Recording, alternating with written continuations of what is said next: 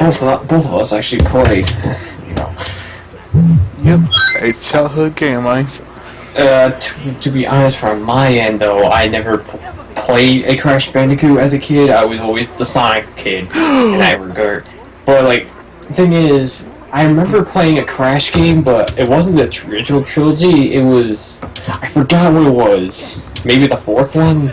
That was it wasn't made by Night Dog. I forgot what it was called. The Alpha Cortex. I think so. I swear, I remember having the game, like, holding the case for, like, the GameCube, and, like, I was, like, I don't know what I was doing. I faintly remember it. Like, I only remember, like, one image in my head kind of thing. That's how big I remember it.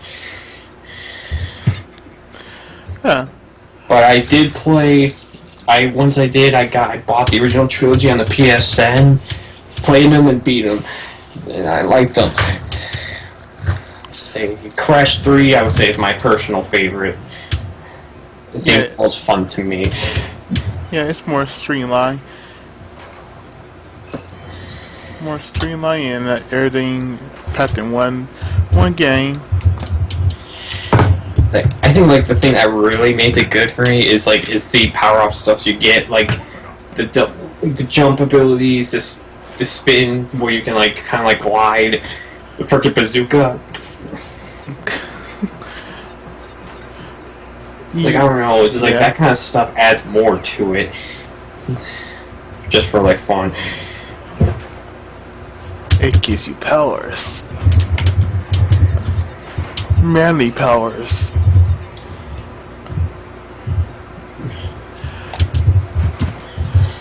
Oh, and a question. Well, I mean, what do you think of the Crash 1's fantastic backtracking to get certain gems? Wait, say that again? I said, what do you think of Crash 1's fantastic backtracking to get like certain gems and levels you have to backtrack in? Well, is it? What you mean, like levels where you got to get a box and you have to go all the way back for something? Yeah, like you get a green gem, you have to go to a higher level, then come back to a previous level to get that gem. Oh, like you get a yellow gem, then you can go back to a previous level just to go this one path kind of thing. Yeah.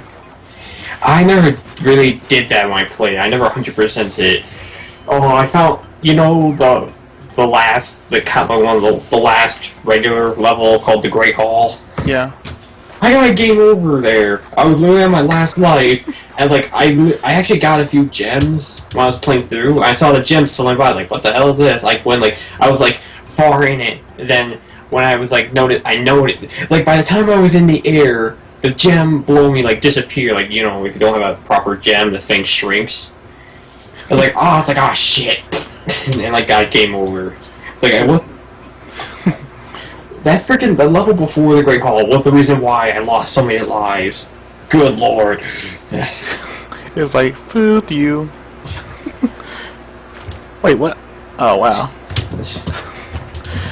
Well, that's no good. I missed one boss.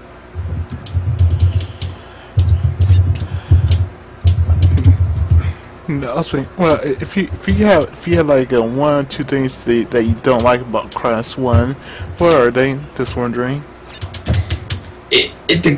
For a first game, it plays fine, but although like at the same time the controls can be a bit stiff, and two, trying to 100% the game is such a chore, and it's not really worth it. Yeah, I mean, if you like a extra, a alternate ending, then maybe it's worth it. Maybe I don't know.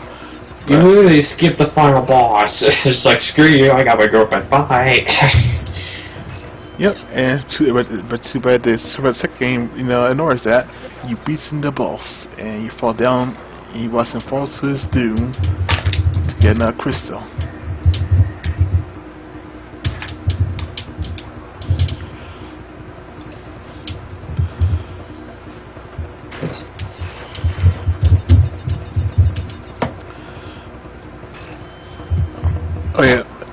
I think I'll share one thing I hate about Crash 1. I know it's archaic and it's a little nitpick, but it's kind of annoying where if you happen to die in any level, like you're halfway through the level and you die, you have to basically exit the level to get the gem. Because if you die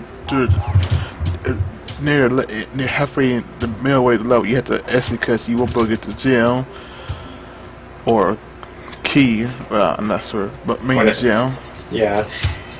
Well, like, the dumbest thing to 100% of the game is with, like, okay, what you have to do to get a gem in the level, you have to break all the crates. That's a challenge in itself, but the thing is, you cannot die once. If you die, you automatically lose your chance. Even if you're, like, at the beginning of the level, if you manage to die and you're at the beginning of the level and you break all the crates from there, you still won't get it. The game just automatically makes you lose the chance. Yeah, it's basically you're just doing a no death one in each level. Don't get me started on slippery climb. Slippery climb. It's just like this. It's like it's constantly raining and thunderstorming, and like you're climbing up like this big like stone wall type of stuff with spinning wheels and spinning wheels and freaking birds to the platform on. It's like why Naughty Dog? Well, we should be thankful that they didn't give us that super hard version of the game. I mean level. Wait, what? There was like a scrap version of that level. It was super hard. It was impossible to beat, but they scrapped that. Yeah, I heard that, and people hacked it in. You can play it, but if you get like the 3 crates that allow you to go to a bonus room, the game crashes because they didn't program a room for it. So like, that's also a kind of weird thing that every level has their own particular different bonus room, I guess. Yeah, it's like I guess maybe they at some point wanted to make the game have a challenge. I guess they felt it wasn't as challenging, but then decided to scrap that because they didn't want to make it too hard.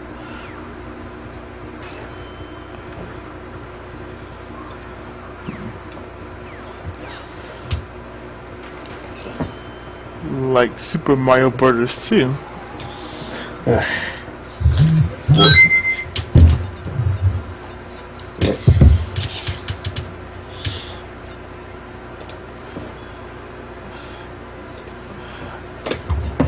Alright. Yeah, I figured I'd ask you. So how's that Devil May Cry 2 going for you? I could just say one positive right off the bat. The control scheme is better than the first game. That's like we have more guns. You can actually just press the L2 button, the switch guns on the fly, and the way the guns are to the square button combos, or your sword is triangle and stuff like that. Like that's a much better control scheme than the first game by far. Cons, I could just say probably a few at the moment. I've only gotten to like mission 5 or 6. The combat feels a bit sluggish in a way. How the hell are you supposed to get breaking combo in this? Even in the first game, in the first level, I could get the stylish, the highest ranking you could get. But in the second Devil May Cry 2, it's so hard to get a good combo run because they don't put enemies close together, or even like if you hit them, they send flying, which is hard to get them closer to you. Oh wow! Which something like I wish I had something like from DMC Devil May Cry, where they gave you a freaking grappling hook to get your enemies to you to them. It's like Oh wow! I also take it that the stylus I can't think of it, but the ranking meter goes down much quicker in this game, where you have a certain amount of time before it goes down a rank. Well, the weirdest thing I noticed, like I played, like Sonic Boom Rise of the Lyric has this combo system, and literally the numbers or the letters or thing, like it's like the lowest is like, there's like C, B, A, S, double S, triple S, That's Devil May Cry's freaking ranking system, for God's sake. And you get hit, it goes down. So, of all things you can freaking do, why do you take notice of Devil May Cry's combo system? Or we don't have that. What? They had that over there. All the way just take that system and implement it in our game. No one's gonna notice that. I mean, it's just a game. No one's gonna notice. Just put it in our little game.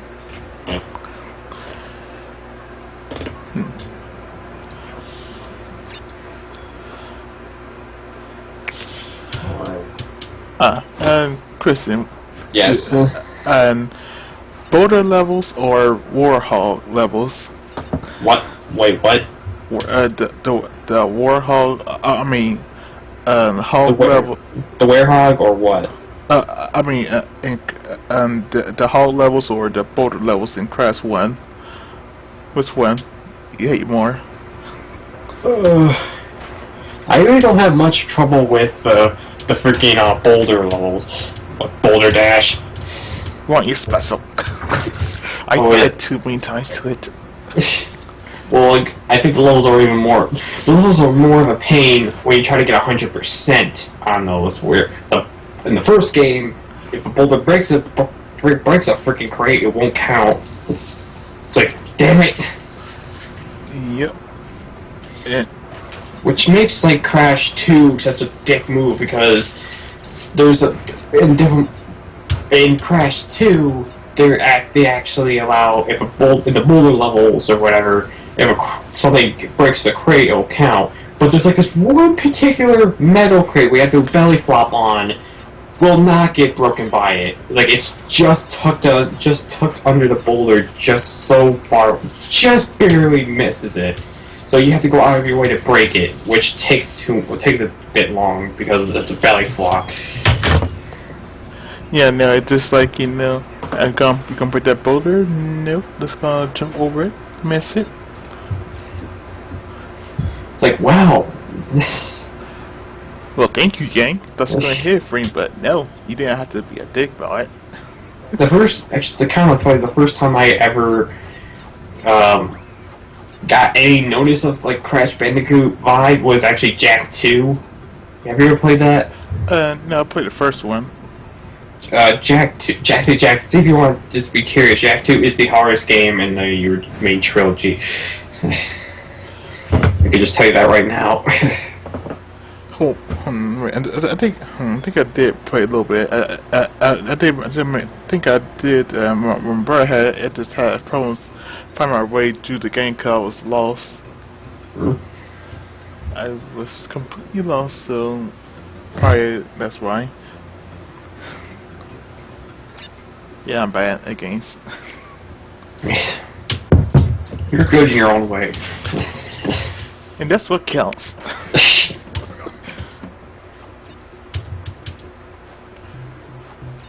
But I do want to try it.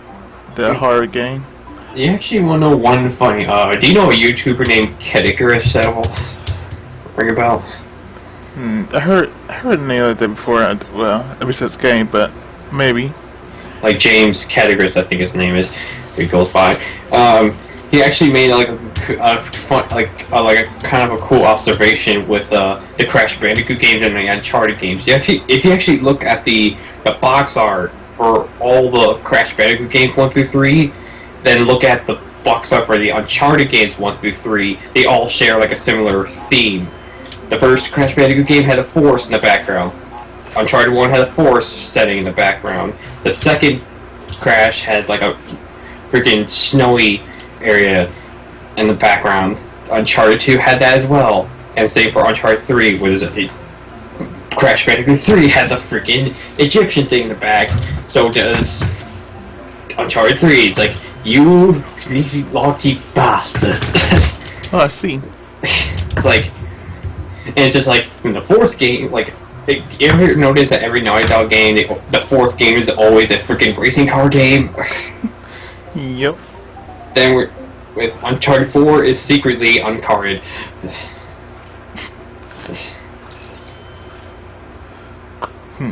Crash Bandicoot 4 confirmed. Well, Crash Bandicoot 4 was no Crash Nitro Kart. No, not that. I actually never played that either. It's pretty fun.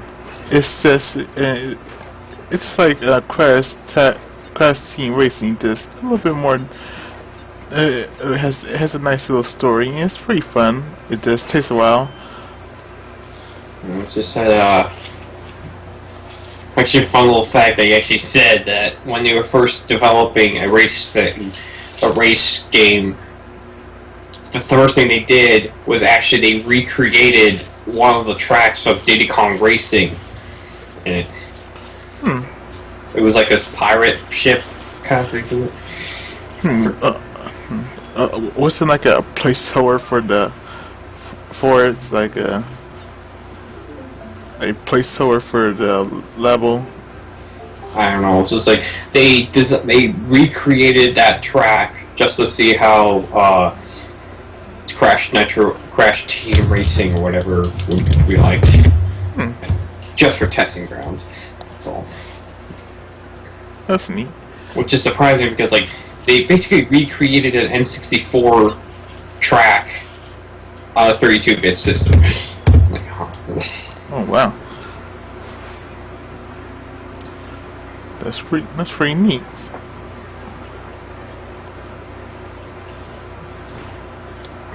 Papu. Yep, the best doctor in the world. Do you actually know the little trick where you can just stay on his chair while he spins so you won't get hurt? I know, but now I know.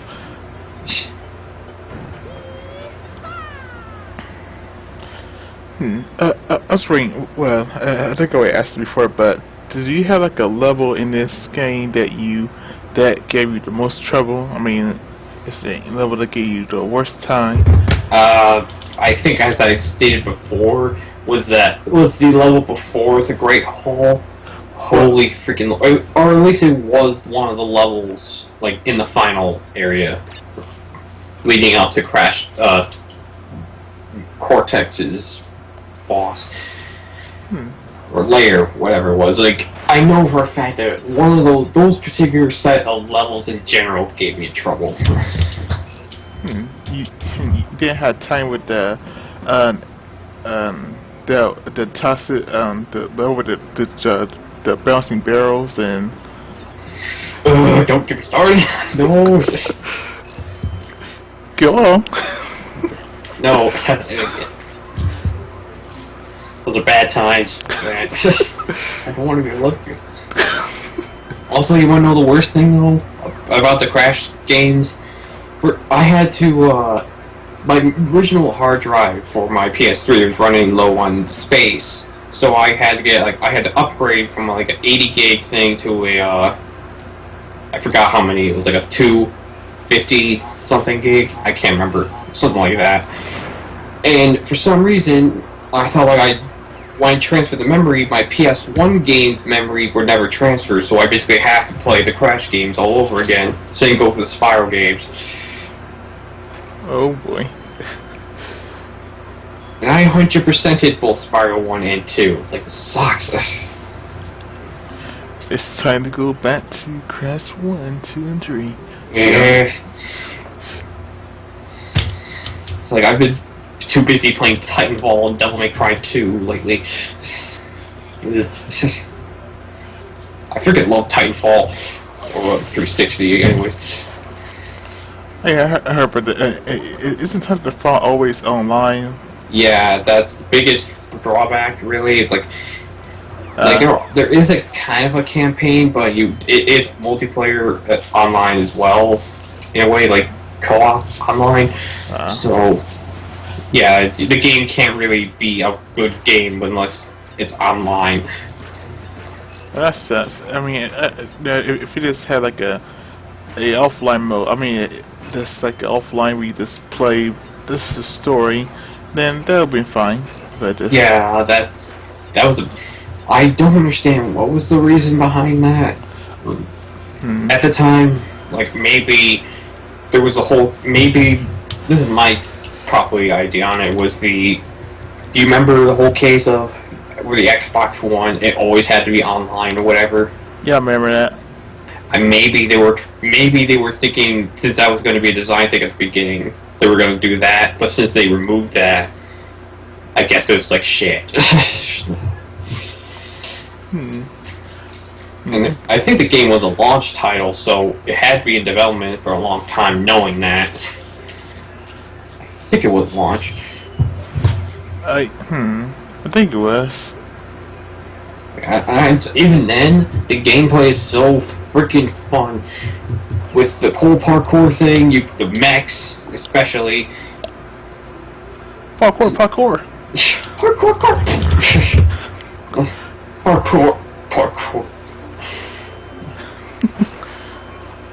It's like someone who likes Sonic Lost World. Me. Me too. Like the Wii U version, anyways. The 3DS version is like, It's like, although it's the weirdest thing, no. By far the best thing of the 3DS version over the Wii U version has a better final boss. Oh, For some reason. It's the same thing with Sonic Generations between both versions. The final boss was better on the 3DS version than the console version. and even Sonic Boom. I'm kind of. It's kind of even. Like both final bosses and like in Sonic Boom, both games, they're different in their own way. Which one's like better? It's like kind of like depends, really.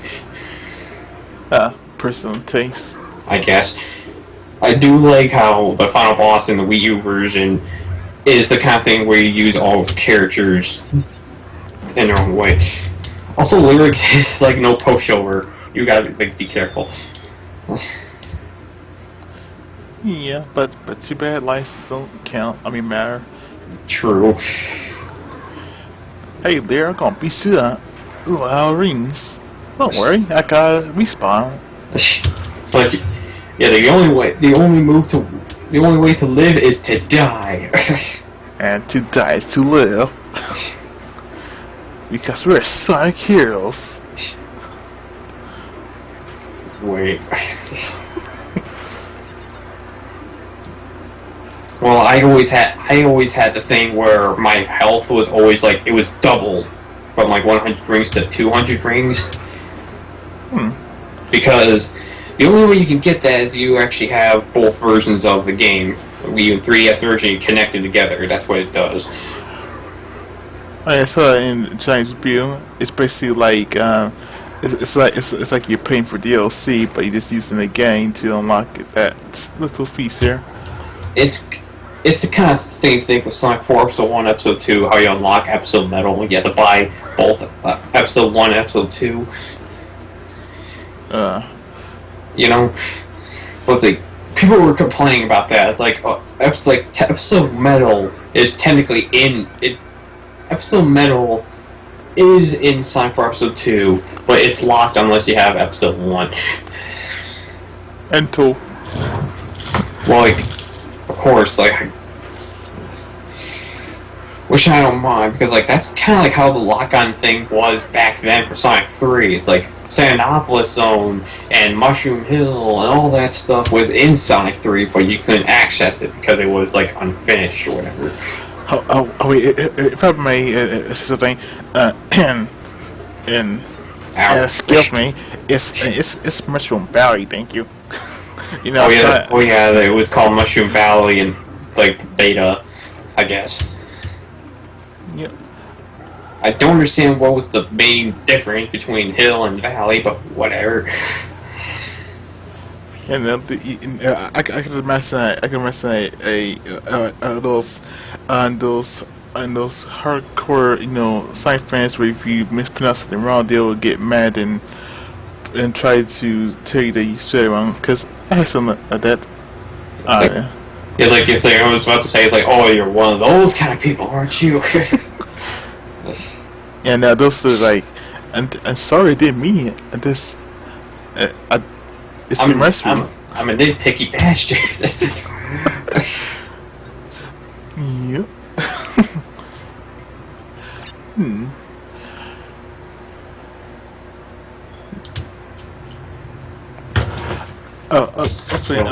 Sorry, go ahead. So I just want to get this out of the way. I want, back in the Devil May Cry 2 conversation, I think I have to play the game twice because there's two stories. One for Dante and one for a new character. I forgot what it was like Lucia. Lucia. Is it just like is it like a skin or as a different character? A whole different character. Huh. Which, a little fun fact, that Devil May Cry 2 in development, the beginning, wasn't even supposed to be a Devil May Cry game. It was supposed to star the new character, but they decided to throw Dante in there to sell copies. Literally, that's literally how it was. I see.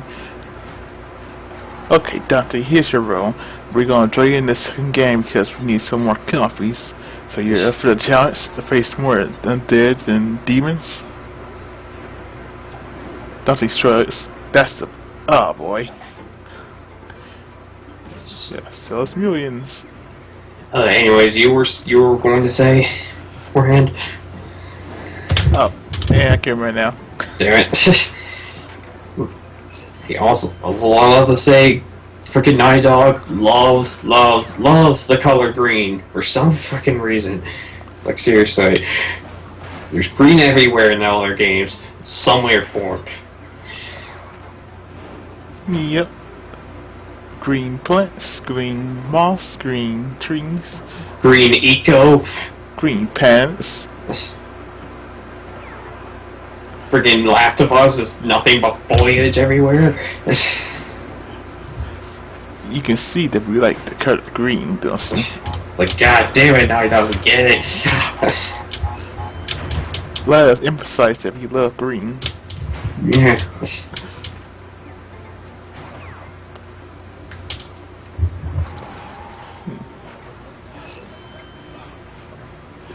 Also, one dumb thing. I just want to say, like, you were next to a TNT crate. Yeah, the dumbest thing, another dumb thing about this way, the game how it worked with crates. If a TNT crate blows up other crates, it won't count either, for some dumb reason. Huh, that's weird. So you have to be really, really freaking careful for those. If you want to go for 100%.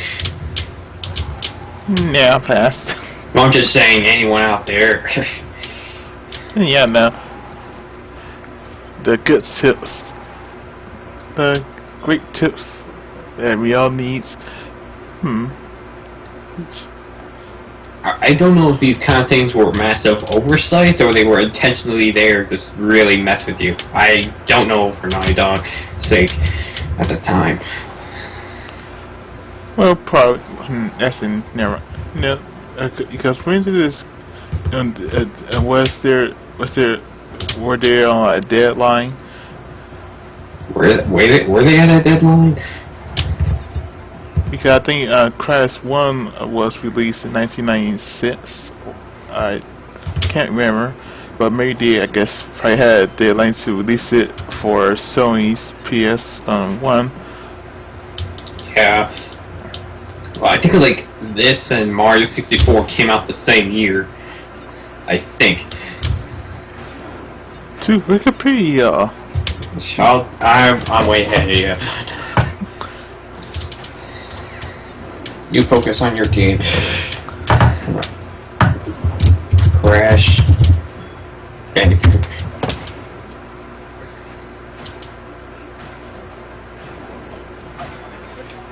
Oops. Oh. PlayStation exclusive. First release, Crash Bandicoot, September 9th, 1996. Let's see, Mario 64.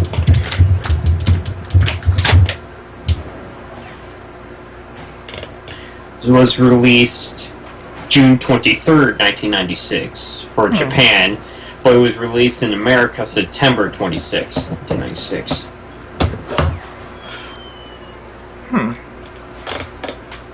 So it just barely made it first here in America. Crash Bandicoot was the first 3D platformer for us. at the time. Sand 3D Blast. I mean true 3D, not crappy 3D. Hey, that's my childhood. It was mine too, but even then I was like, what the hell? Like, I managed to get through the first level just fine, but the second level, I think it was called like Regal Ruins, or it was like something Rusty Ruins, something like that. Yeah, I can't remember if I managed to beat that level. I think I did, but anything after that level, I could not pass. Good. Oh, so yo, you know, I got past Rusty Ruins and dying at the park. Because, you know, see, I had to die in careful places. The amusement park was the end of a science adventure. I was playing Sonic 2 and Sonic Adventure. Awesome games. Yes, Sonic 3D Blast is like, it's not, I would say it's not honestly that bad, but it's not something I would like say, oh yeah, this is definitely better than freaking Sonic Adventure kind of stuff. Yeah, no, it just like can't you just sit down and play maybe once and Blue Moon On a Thursday, which is really freaking weird. I dare see if I never, but there's no hope for it. Also, like, I think it's like the same company who worked on that worked on Sonic R, like Traveler's Tales. And I have the same kind of opinion too. It's not that bad as people make it out to be, but it's not something I would go back to play a whole lot that much. And yeah, no. What else is kind of funny is that I heard like, you know, there's like 3 versions of the game, like, because the 2 have like your separate special stages, and apparently the PC version has like its own special stage from the Sega Saturn version, from what I heard. Yeah, like, I think if you actually want to see about that, it looks freaking weird. Trippy. Like, it's just like, you know, it's like everything's so freaking tight. It's like the half pipe, like, but like it's all. I can't remember. I think I was watching one of Clement's videos on that. He was talking about it, and like he showed the PC version is so, like, it's probably the worst one out of the 3, to be honest, from a visual standpoint, which is saying a lot compared to the Genesis version, was just a freaking wooden bridge. I know, that's kidding. Like, also, like, the best special stage out of the 3 was the Saturn version. It looked the most visually best. Yeah, it's kind of amazing. It also looks like you just had a lot of memory, like a trial memory thing, because, you know, it's a full 3D, semi 3D, or full 3D, I don't know. Also, like as Johnny said when he was doing his playthrough on his channel, it was like it has its own steady amount challenge compared to Sonic's 2 special stages, where it went from easy to fucking hard in one fell swoop. It was a fun game, and then that's when the Sonic 3D Mission attacked.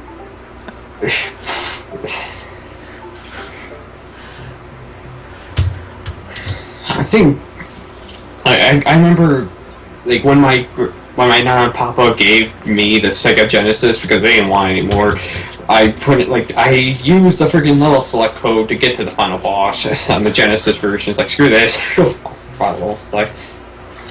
Which is a weird thing about the level select. Apparently, there's been reports saying you can access it just by, like, hitting your console. Like, oh, there it is. Oh yeah. Yeah, it's just like certain other games, like Sonic 1, if you tap the Sega, the cartridge, it can cause it to freak out or put you in debug mode. But it's very rare. Most of the time it crashing. That's just odd. Yeah, for yourself here, similar to about this. If you tap the cartridge where you have signed 3 nickels in, sometimes the game is completely weird. It's like everything, all the rings are just like pixels of different textures, all bunch together. Wait, like how does this happen? Aside 3, like if you tap the cartridge, aside 3 locked on with knuckles, and tap it, sometimes the rings and other textures are just like a whole bunch of random mixed textures, of red, blue, and yeah, all kind of colors. All kind of crap. It's pretty neat. Oh yeah, there's also that one glitch I told you about. If you were hypersonic in a flying battery zone, you could skip through that boss, like laser gate. Did you ever try that? No, not yet. I haven't tried it. Yeah, like be as hypersonic for that fight and time your dash. Like as the screen scrolls to the laser barriers at the beginning, like just you can like phase right through the laser gate. I'll probably try that. I think I found that out by complete accident. I was just like, I was in the room as hypersonic, like, oh, just like, I'll just dash, just screwing around, and literally I would like phase through, like, what the fuck? This is possible to happen. I'm supposed to stay here and let you try to attack me, not be outside next to you. Also, like, when I was actually playing as Tails, when I got to I managed to get all the super emeralds before I got to that boss, and I was like constantly, like having super Tails, I could just fly into it a bunch of times, but I'd have the flickies attack it as well. All those times, and it still wouldn't die. I don't even know if does that thing even have a way to die, or is it always invincible, but you can still hit it? I guess maybe it might still share the same counter as Eggman. Maybe if you hit it 255 times, it probably just turn to a flicky and blow up. It's like, or another game would crash. Or if it does, they might say authorize. Can't think of it, but if I had the word Mexican called screen saying illegal action or something.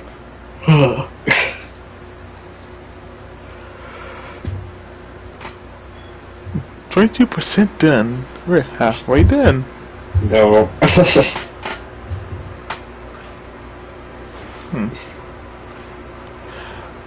Oh, have you ever played the Prince of Persia games? No, actually. I'm playing. I have the games that are kind of like the spiritual successor to that series, Assassin's Creed. Huh. Yeah. If you play Prince of Persia, you try the first one. The first one is quite good. I can't remember exactly whether it was one like Sands of Time. I think it was one called Warrior Within and stuff like that. Yeah, Warrior Within. I play. It's pretty fun, but completely different. It's more like a combat. Every focus on more combat than platforming action adventure type genre. Feels like God of War or something like that. Yeah, like that basically.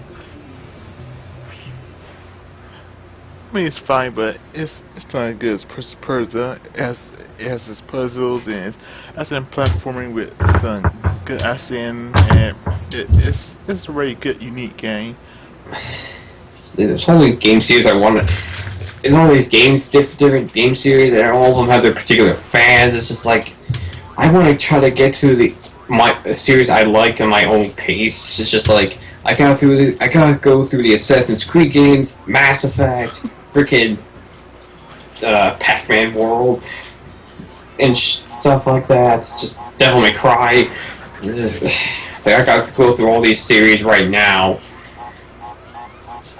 I gotta go through for the Crash Bandicoot games again, Spyro, Metal Gear Solid, the whole entire freaking series.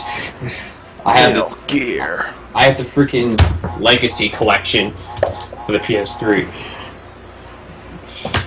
Oh wow. It's just, it's like it's torture. It's like I have all these games. It's just like, damn, I can't play them all. First world problem. So many games, but so little time. Basically, yeah. What to do all these games?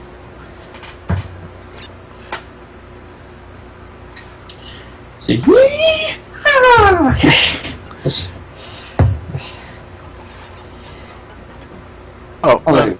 it was it like Crash Bandicoot 1 or 2 that introduced like the dance he does where like kind of like pellet flucks at you?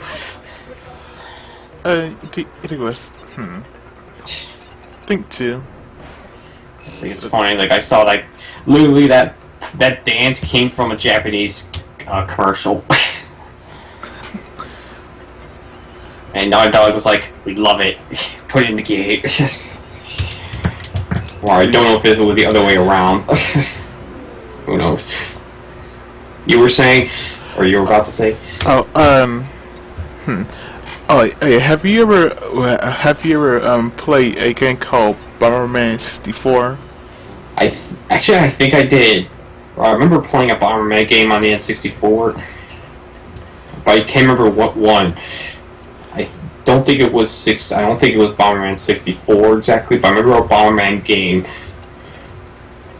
The last Bomberman game I played was Bomberman Jetters for the GameCube. There was also Bomberman X-Zero. We all know that game. Bomberman is there like a Bomberman that's sort of like a good game to play with friends online? Yeah, like it's kind of a fun Bomberman as a series is a fun multiplayer like game for this. It just, oh my god! Don't get started on Bomberman X-Zero. The memories. Well, you know one memory I always hate about the game. I saw the game and Kingdom Hearts 2 next to each other. I was like, I saw Bomberman X-Zero, like this game looks cool and stuff, and I really had the game at home. It's like, this is it? This is all you freaking do? It's like, I want a refund. Seriously, in the first night I have it, I was like that for Word. I'm sorry, but there's no refund. God damn it. Like, I could have had Kingdom Hearts 2 at the time. But now there's the Kingdom Hearts 2.5 HD, whatever. Oh, wow. Which is the definitive way to have the Kingdom Hearts games. Because it gives you... Well, this one, they give you Kingdom Hearts 2 Final Mix, Kingdom Hearts Birth by Sleep Final Mix, and I think it was recoded cutscenes in HD. So, you basically get all that's really worth in one package. It's pretty good. I'm gonna say it's out, but then wait, is it out yet? Kingdom Hearts 2.5. Yes, it was out. I think it was since December 2nd. Seeing X, I'm like, it kills me inside to see everyone play, and it's like, Christmas, come here sooner. I'm waiting Christmas. Don't tease me any longer. It's like, there was like this, I would love to get there was actually a collector's edition where it actually gave you like a shadow, you know, like the common, do you know the common mooks in Heartless? Yeah, like the shadows, the little ones, like the little ant ones, kind of things. They actually give you a little plushie in the collector's edition, an art book, a collector's pin, and but the thing is that's weird that Kingdom Hearts 2.5 collection, it gives you both 2.5 and 1.5, which is kind of weird. Oh wow. Which I would say if you skipped out of 1.5, the 2.5 collector edition is the way to go. But like I already got like the kind of the collector's edition for 1.5, so I just want to get 2.5 regularly. Wow, these freaking walls are just like screw you. Yeah, these walls were my best friends, but I guess tonight they don't like me. When is ever a wall a good friend? Good to see on that one later. I guess it's always there listening to you. It's always there when you need a sword to Leon. Wait a minute.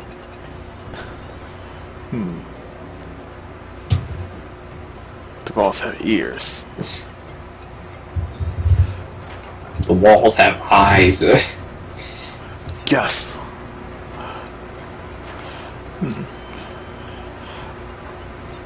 Oh, I was wondering, well, Cliff, have you played any other Halo games besides Halo Reach and Halo 2 and 3? What, Halo games? Yeah. I have them all, except for the Master Chief Collection. That's on the Xbox One. Like, I have Halo 1, the Collector's Halo Combat Evolved Anniversary, Halo 2 for the original Xbox, Halo 3, ODST, 4, stuff like it, Halo Wars and stuff like that. I have basically all the main games. That's cool. Sorry, you were saying? Not good. I was like, it just... Seeing Halo... when I first saw, like, Halo... I said, if they ever release Halo Anniversary, Halo 2 Anniversary, I mean, for Xbox One, I was, like, pissed. Which, when they announced the Master Chief Collection, we gave you, like, the 4 games in one package, I was like... I heard this as a rumor. I honestly thought they wouldn't do something like this. But they did. It was like, damn. All 4 games in one package. In one disc, I think. I don't know how it works. So many games. Why would you do this, Microsoft? Oh wait, money. Yeah, you were going to say? Oh yeah, I was gonna say, they could have, easily ported this, to the Xbox. I mean, like, they could have made like a ports or somewhat, port this table for the Xbox, so that way people who don't have Xbox One can have this collection on there as well. Well, like have like the Master Chief Collection on the 360. Yeah. I think maybe it's like I'm not sure if that, because like I think with the Xbox One it gives more power, a whole lot more. So it was kind of like more like they didn't want to. They couldn't really do it in general with what they were given, I guess. So you can't really blame them. It's blame the hardware for the 360. Yeah, no, true. You guys, because I've seen some things that the PS4 and Xbox One can do. It's pretty amazing. Like with the PS4, a lot of the PS4 games with a lot of PC ports, like Outlast, Octodad, and stuff like that. It's just basically a glorified PC. In a sense. Square Enix, with the whole Final Fantasy VII thing from PS4, that was just a massive facepalm thing for them to do. Oh yeah, what's in that MMO Final Fantasy game? Okay, Final Fantasy VII? Yeah, I heard about it. Did you ever see what the original the PS1 game looks like? Yeah, I saw Jane. He streamed it. It was pretty fun. It's difficult. Well, like I'm talking about graphically, it looks like all the models look like crap. Lucky. Yes, you would think by the PS4 they would do a freaking remake or remastered. What the wait? What was there blue stuff over you? Yep, that was his Wumper fruit. What the what the hell? I never saw that. Yeah, he does weird things. Anyways, I was trying to get at like, but what does Square Enix do? They show like Final Fantasy VII on PS4, like literally the crowd is like cheering like God freaking nuts, and literally when they just show it's only the PS like the PC version footage, that's literally just like the PS1, which is like updated textures or whatever. It's just like literally all that cheer, like yeah, it's like it just went like silent. Oh wow, that's awful. And it's just like literally they just said it's the PC port on the PS4. It's just like really. It's the Final Fantasy as you truly imagine.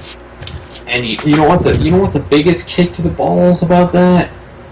Okay, you can get Final Fantasy VII on the PS3 store for like $10. You can get Final Fantasy VII on Steam for $12. I would imagine because they edited it's kind of like it's 180p, like fully textured all that for PC. What is the Final Fantasy VII on PS4? $16. Oh wow. It's like it's literally nothing than just a PC port, and it costs more because they know they're running low on money, and they're trying to bank on the fact of, hey, it's Final Fantasy VII. We'll automatically make money because it's Final Fantasy VII, which pisses me off. Oh wow, it's I did hear that people said that Square Enix was sort of and I was about at the point where they were sort of messing up a lot with the games. Yeah, it's like Square. It's like they know that Final Fantasy VII is like their freaking. It's like the cash cow, basically, the freaking thing that's the golden trophy of games. The game that put them on the map, the game that revolutionized RPGs and all that. They know how legendary the game is in that regard. And they're using that fact alone, just trying to sell. Even though we demand, like the fans who helped make this possible, should be given more than this. I see. Sure, like the Mega Man situation, how Capcom could easily use Mega Man to get the fans what they want, but instead, they just letting the franchise die or just screwing it over. Like, there's one example I can think of right now is like imagine if Nintendo shows a trailer for Mario 64 on the Wii U, and like it's just the N64 port. They don't. Imagine like people wanted a Mario 64 with like the graphics from Mario 3D World and stuff like that. And what they show a trailer like Super Mario 64 on the Wii U, and it's just the N64. It's literally a port of the N64 version. Nothing changed at all, and the price of the game would be like $20. It's like really. Like Nintendo would never do that kind of crap, but Square Enix is going to for Final Fantasy VII. Yep, they need the monies any way they can. What's this kind of saying?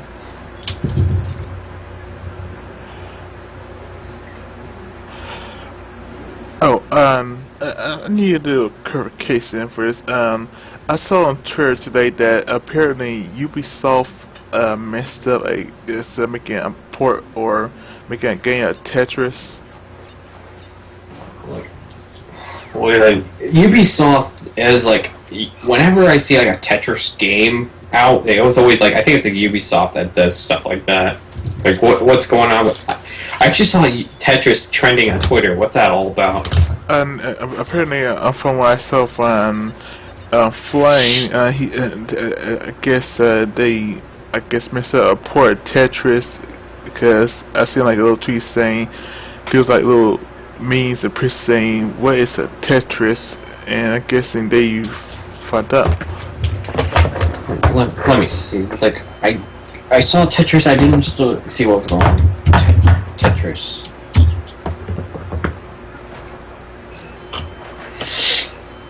Yeah, like what the heck is wrong with Tetris PS4? Is it? Like I don't know. Let's see, Tetris. There's also the Tetris movie that's being in development for some fucking reason. Yeah. Well, we also can't forget because we also got Minesweeper the movie.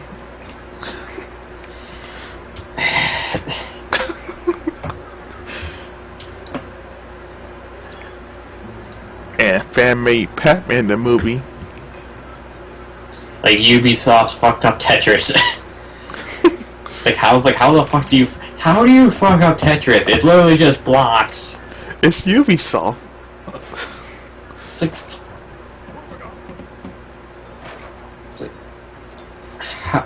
it's just on it's like Tetris on PS4 screws up. The logic it seems not exist anymore, does it? Nope. Who uses lost it nowadays? That's silly. Lost it.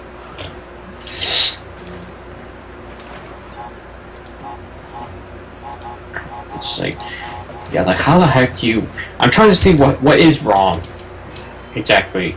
Like what can you do wrong in making Tetris? Like what would did they say what the issue was? No, not from what I saw. I saw people tweeting that Ubisoft fucked up Tetris.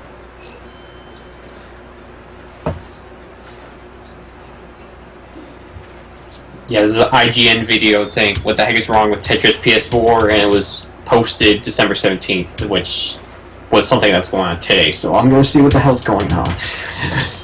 Yeah, I'm gonna find what's going on with this madness. Also, fuck this world. I mean, Road to Nowhere. I hate this level. Do you know they actually? Like those friggin' boxes that are behind you in one of the levels. Yeah, I hate that. Especially when you first knew this, you wouldn't think to do that, to go backwards. Yeah, it's like when I first got to this level, yeah, I was having trouble. I'm not gonna lie, it's like, god damn it! I think it's because of my perspective screwing me over. Yeah, it's hard to. It's. Well, no, it's new. Yeah, but yeah, the many year immature perspective.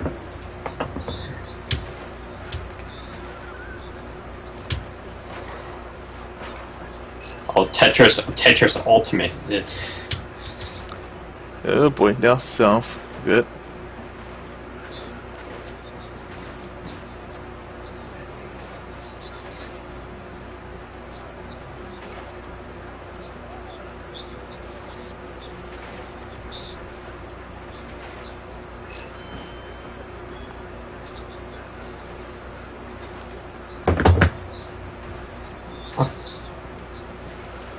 Oh, like the game chugs a lot.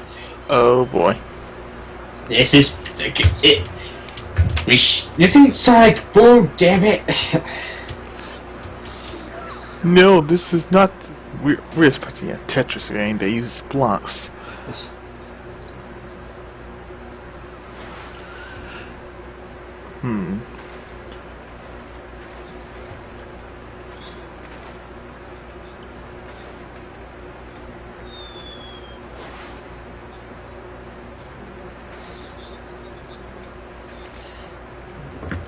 Yeah, it's like when you're like moving through the freaking menus, the game like stutters, like kind of like stops for like a good few seconds to work. It's like, how Ubisoft? How the fuck do you screw this up? When you say chug, are we talking about the Assassin's Creed Unity? Like mainly like frame rate drops. Like it's like the game just literally just stops for a good second, and like kind of like. That is awful. Or the game freezes for like a second or something like that. It's like, and we. You know what? There's so worries me now that what they're gonna do with Mirror Edge 2, because I was looking forward to that game. Cause I like the first one from what I seen. I actually want to get the first one, but now they're worried how they're gonna treat that one. Well, like what game was it? Mirror's Edge. Mirror's Edge 2. Yeah, I'm actually worried now if they're gonna treat it like Assassin's Creed Unity, because you see how that is. It tends to chug when it's online. Wait, are you talking about Assassin's Creed Unity?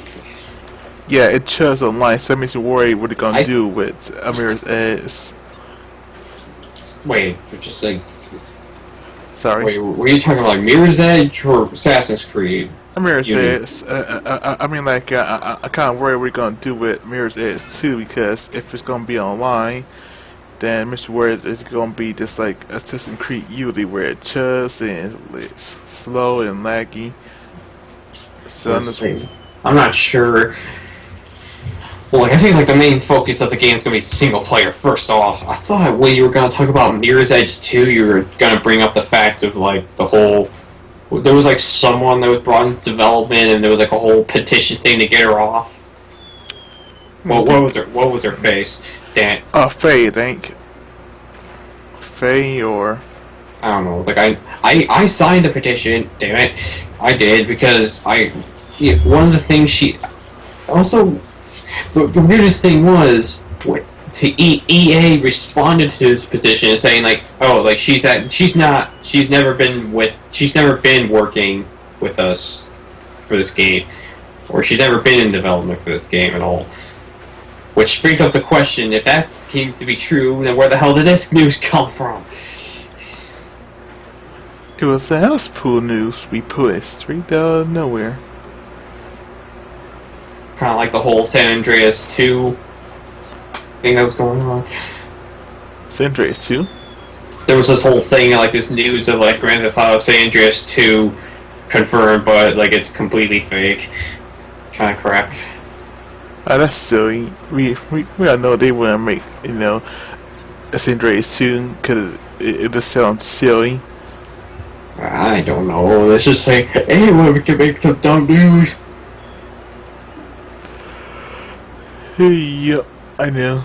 They haven't got any rumors because it's the internet.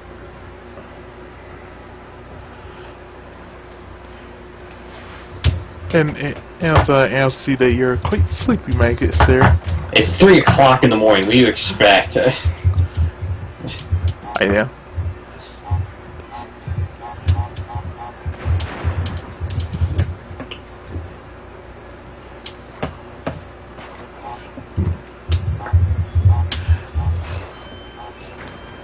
I was wondering, what do you think? How is your? You have? I can't talk and have sleep. What do you think about the new E3 is gonna be good this year? Do you think it's gonna be pretty good this year? Well, like this year's E3. Yeah, I mean next year. I'm not sure. Like for E3 2015, with like the whole time with. Like all the E3s since like 2013, we were waiting for freaking Smash Brothers. That's come out. What other big like when I see E3, all I really care about is Nintendo because they're the ones that really shine with like they care about the games and what to show us. I can't imagine what kind of thing they're gonna show us for that. If they show F-Zero, I'm gonna freaking squeal. It's like, yes! Because they're bringing freaking Star Fox back, of all things, now. Like, come on. And also, we can't forget the new Zelda Wii U. Yeah, there's gonna be, like what, with, like, each E3, I think like every E3, they always reveal, like, the biggest, newest game kind of thing. So, what would be, like, the biggest, newest thing? Either a brand new Metroid or F-Zero. That would be my take, because they got... Or maybe show off Star Fox, I don't know, like... Or if Nintendo's way ballsy, they might just decide to sell 3-bit projects all at once. Metroid, Zelda, and Star Fox. Yeah. Like, if they announced F-Zero game in development, like...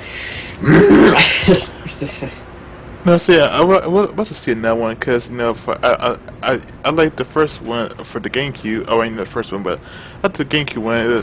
it's fun to play. You just have to master it. And I would love to see one on the Wii U. Yeah, it's like, a game. It only has three main game. F-Zero only has like three main games. Like you would think by like the Wii they would have made a new one, but they haven't. They just like kind of just left it. Like same goes for like Star Fox. The last big game for it was on the GameCube, like Star Fox Assault, and now we're getting a brand new one for the consoles. What about the F-Zero on Game Boy Advance? I'm talking about the main series games. Like those are, I like they're fine. Like they were basically kind of like the original Super Nintendo game on the go, basically in a way. So, like I'm talking about like a main big console F-Zero game, and with the power of the Wii U, I would think it would work really well. The only problem I would think though is like having like F-Zero X and F-Zero GX had 30 racers on screen, or what had like 30 racers in it. I can't imagine how that would be online. They might, they might be able to, sort of Mario Kart-ish, have maybe 16 racers on screen. Like have like a particular size lobby, or whatever. Yeah, something like that. It'd be pretty interesting to see. True. It's just like, who knows what they would do if they would ever bring that for online.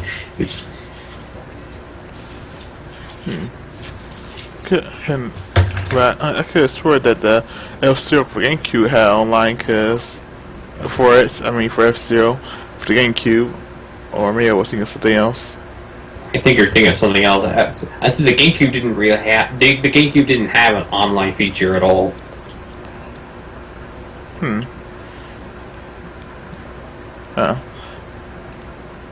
As far as I don't think there was never anything that was like built for online at all.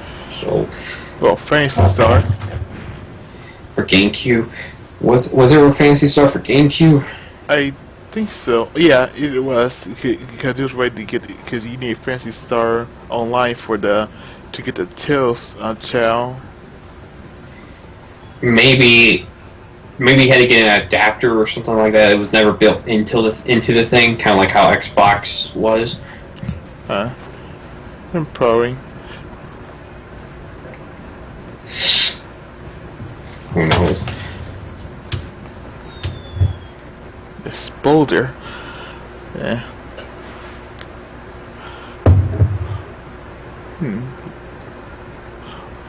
What? Well, is there any games that you have been thinking of getting besides getting Halo, the Master and Anniversary Day, and anything else? Like, you mean like brand new games that came out recently? Yeah, or just some old games you want to pick up.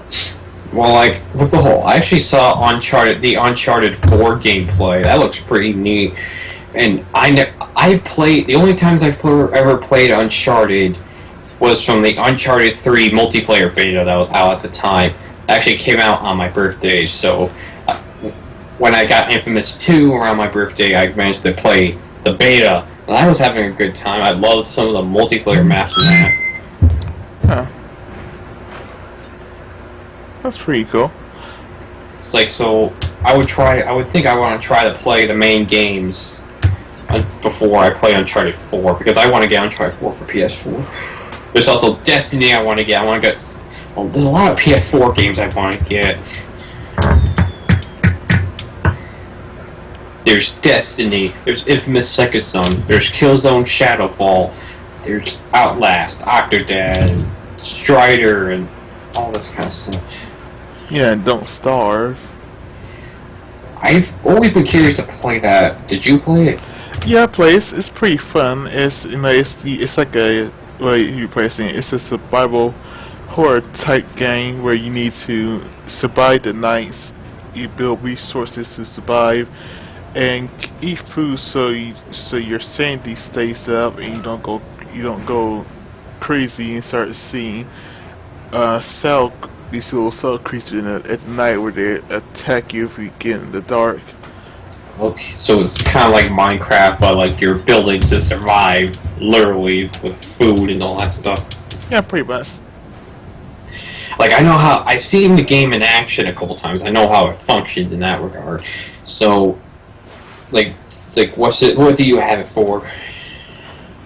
Uh, Or- I just played on my brother's PS4 when he had it on there. It's like if we ever had that together, if we ever had that game, if you ever had that game on the same system, we could probably play it together. Maybe. Oh yeah. And Kyoto look like Don't Starve Together because that has, I think, co-op, and let's see what system it is for. It's just like a whole.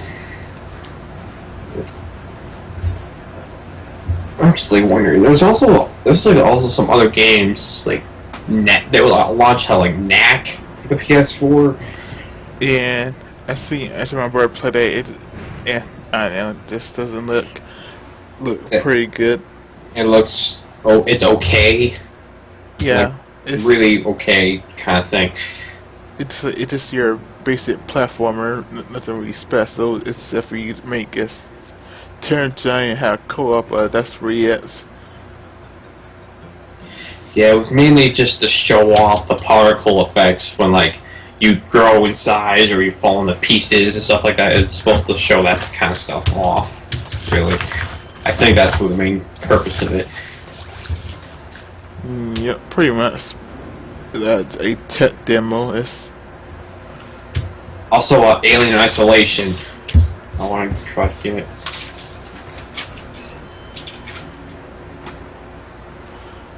yeah. How much is it? Is it still $60? Alien Isolation Yeah.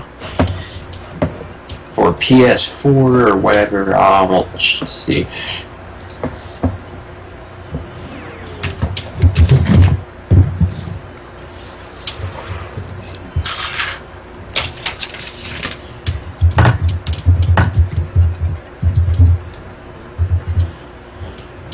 Like when I see that game in action, I saw some Markiplier play and some others. I think this is the kind of horror game that I personally think that it's the right kind of horror for me. It's like it doesn't really jump scare you. It's like you see the alien, like you can have a sense of where the alien is, and it still frightens you. It's like oh shit. Yeah, it's like that. It's basically the horror where you know that you're going to die, but you just said you just have to know when it's going to happen, and you just have to prepare yourself. 'Cause you know that this thing out here trying to kill you, and you need to prepare yourself for it. Yes. Yeah.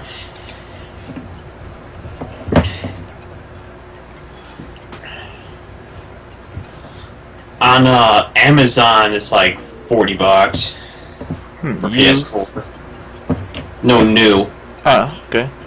but like that's Amazon and such. I want to see how it is on GameStop regularly.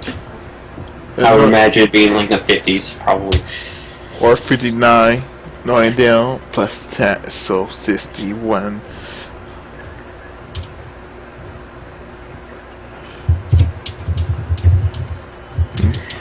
Like the game is much more like it pays so much better than sees so much better like tribute to the Aliens franchise than Alien Colonial Marines will could ever do. It basically it just does the alien this alien the series justice. Yeah, like as I suspected, it's like on PS4 on GameStop on PS4. It's basically like $55 used or $60. Oh wow. It's basically almost like the Capcom versus Marvel for Xbox. It's still like I think $70 used or $50 used. Like wait, did you say like Marvel versus Capcom or whatever? Yeah, Marvel vs. Capcom for like on the original Xbox. I think it was like still $50 used That's weird. That's also another game I want to get, like Ultimate Marvel vs. Capcom, like I guess for PS3. Yeah. Well, I do also copy because it got to that thing where he lost the deal and like I don't know something about the going where or something. It would be going where because they lost the rights to Marvel. Yeah, like Capcom lost the things that. So I don't know what the hell they're gonna do now. Is there still? Well, I know you can probably play online, but now that it's going where, it's probably be much more expensive now. Also, like probably the weirdest thing Capcom did was like Capcom versus Tatsunoko, whatever it was for the Wii. I was like, who the hell thought of this? Yeah, it's like, we never heard these people. I mean, It's so. The game was supposed to be Japanese only, where that Tatsunoko was popular. So to American audiences, it's like, who the fuck? yep. I'm just going for a but how did Capcom lose rights to Marvel? I mean, to use it in their game. Wait, what? What are you talking about? Capcom about? Yeah, how did Capcom lose the rights to Marvel? I'm not sure. Maybe just like Marvel just wanted to end the deal. I think it was like, I would think Capcom would not want to do that on their own. It was probably Marvel that probably wanted to do it in that case, for whatever reason. Huh. That's my guess. I don't know what the story was. We will never know. Or probably we'll know after some years pass.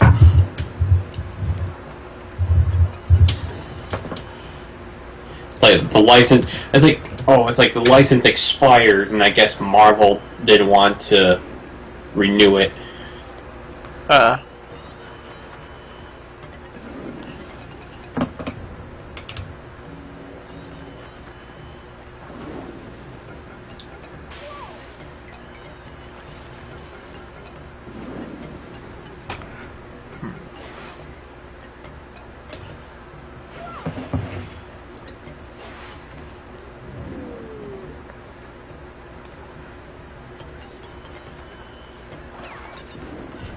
After a string of legal issues put the series on hold. What legal issues could there be?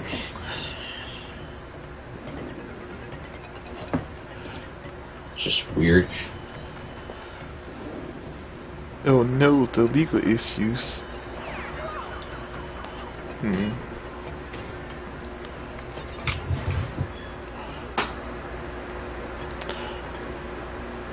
Maybe Capcom did something wrong. I don't know.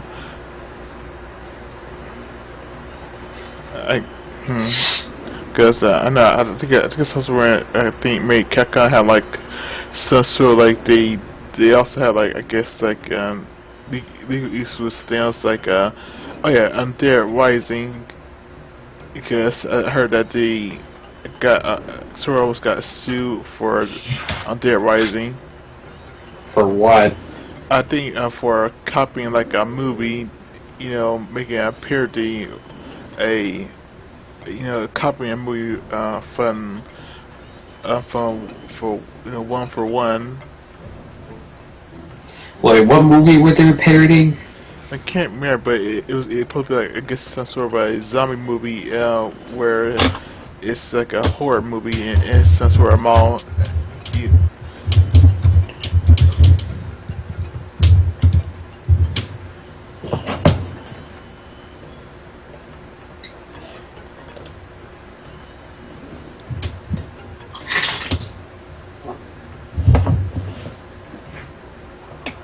Like, was it for like Dead Rising 3 specifically, or was it like on the game, another game in the series?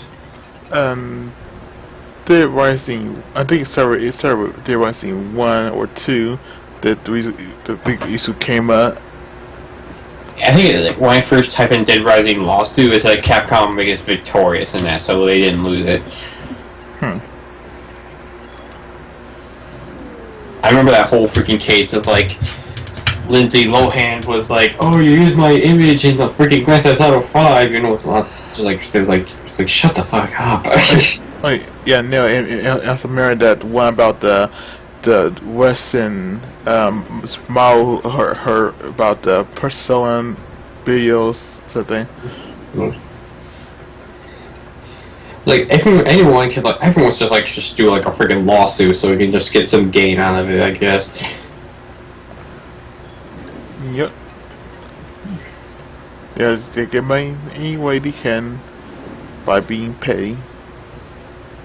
Or being like doing something stupid and like you're getting money out of it. Like the whole I remember the dumbest thing probably by far is the whole case of someone at McDonald's spilled coffee on their shelf. Like that's like gave her like third-degree burns or whatever, and McDonald's wouldn't help pay the insurance for that burning. They freaking McDonald's lost that lawsuit, and now every freaking coffee at McDonald's has to say, "Warning, may be hot."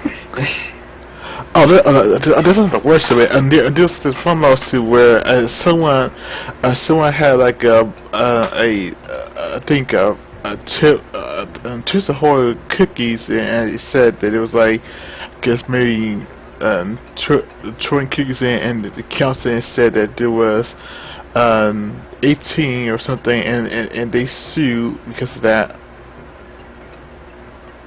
Like say that again. You were like cutting off.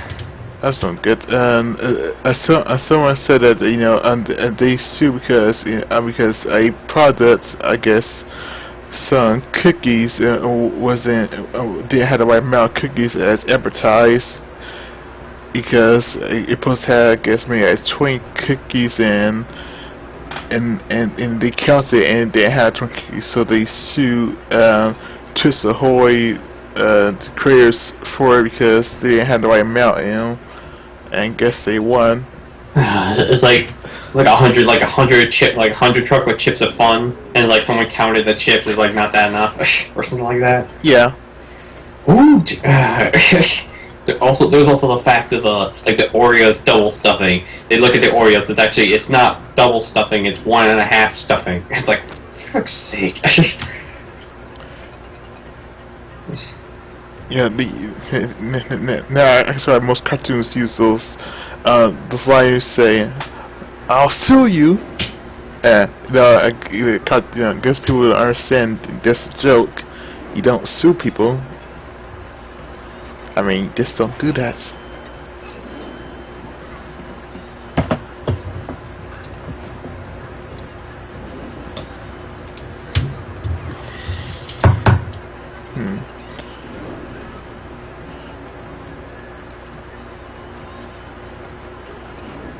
Oops.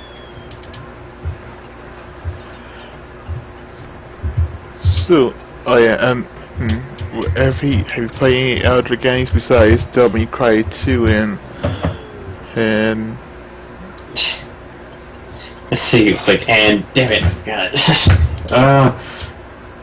There's actually, do you know a game called Dead Space 3 and all? Oh yeah, I played that, and I played Dead Space, and one of the games, I suck at those games. I actually have Dead Space 1, 2, and 3 on the PS3. Huh. I want to play co-op with 3, but like, I don't know who to get a friend with to play with. I probably get when get some way. But yeah, I know I'm not good at this space. Mainly when it comes to you managing your supplies and rations. It's like I played Dead Space 1 and 2. I personally like the second one the most so far. It's both the most. It has a lot of things that really frighten me and it like creeps me out in a lot of ways, and it's so much fun to play through at the same time. Like, with the first one, I give credit to being a really foreboding atmosphere. Like, this whole abandoned facility, and like all this kind of stuff. It really gives a sense of like grand, vast emptiness, and abandonment. And just like the second game, there's just like a lot of other things that, to me personally, like freak me out a lot more. The whole, you're going through like this mall-like area where basically there's actually infected necromorph kids, like kids that are infected with the necromorph stuff. Oh, And wow. there's you have to kill them. And there's actually the infected babies too. And the babies, they explode. And it was literally the first time you ever seen one. There's a freaking woman like a probably a kindergarten teacher or whatever, like was like seeing one of these babies slowly, like you see like a baby, like she's sitting on the floor, like kind of like, come here baby, come on, like just like trying to be nice to it, and that infected necromorph baby crawling to it and catch it, like she has it in her arms and it exploded, killing her. It's like, oh fuck. Oh, wow. And like then like they invade. It's like, oh god, get away.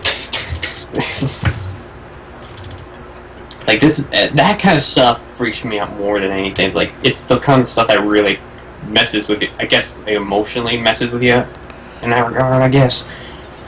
Yeah, good. Yeah, it can. It's just like, wow, this. You don't go. Yeah, you don't go that far, right? Making babies blow up. I mean, they're already dead, but you don't have to just rub it in. I mean, Yeah, it's like that was like a really disturbing moment they had there for that whole. It's like you're like going through like an abandoned like daycare area kind of thing. Like every horror game has to have something like that, doesn't it? yep, pretty much. It's a given. Like Dead Space 3, I have not touched at all. Like in terms of like the main story. I was like to that. I don't know how long I got the games. I think it was since February this year. Because I remember getting the games alongside with Donkey Kong Tropical Freeze. Actually, I think it came out in February. Yeah, it did.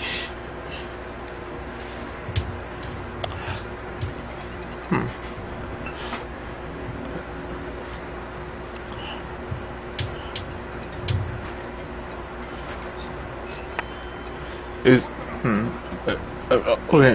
How is the well? How is Donkey Kong Tropical Freeze? I may ask. I love it. It's like, I don't know, like Donkey Kong Country Returns and Tropical Freeze. Tropical Freeze, just like it builds upon what Returns had, and does so much more. Well, Like, I guess like every level feels really, I guess the best word to say is dynamic. Every level platforming is really, like every level feels different than the next. every level feels alive. Yes. That's And to me, the music, I freaking love the soundtrack to the Tropical Freeze, especially like I think like 3 particular tracks. Windmill, I think it's called like Windmill Hills, or like Windmill Hills, Busted Bayou, and it's actually in Donkey Kong Country Returns and Tropical Freeze. If you collect all the Kong letters in every level, you unlock a secret temple level. That like it's kind of an endurance thing. You have no checkpoints. You have to go the entire level in one go, kind of thing. It's an endurance, I guess that's the word to say. And every even the odd and even temples, the odd numbered and the even numbered temples have their different music. The even numbered temples, I love that music they play. it slowly builds up to the original Donkey Kong Country track in a way where it's ingenious kind of thing. I'll find a link to it so you can hear it. Okay, I'll probably listen to it probably when I wake up. It's some awesome music. I guess it's some good music to wake up to. I guess. Yep. Some good music to wake up after having a good rest. After dying so many times and crash. Hey. Well, that's like we all. No, I'm not trying to. I'm not making fun of you. We all die a lot in Crash Bandicoot. Don't deny it. We all die a lot. Hey, what you see here is, it's a losing. Like, if I was playing, I would probably be like the same too. Because seriously, I'm not an expert Crash. I just like barely. Yeah, no, I'm just being silly. Shit. What the heck is that video?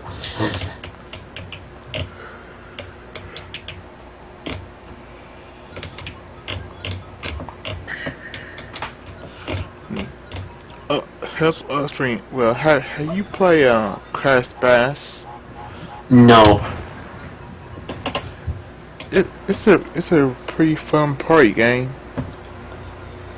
You just have to it's pretty funny. It only gets difficult when you're trying to get 100% because here it becomes a cheating best.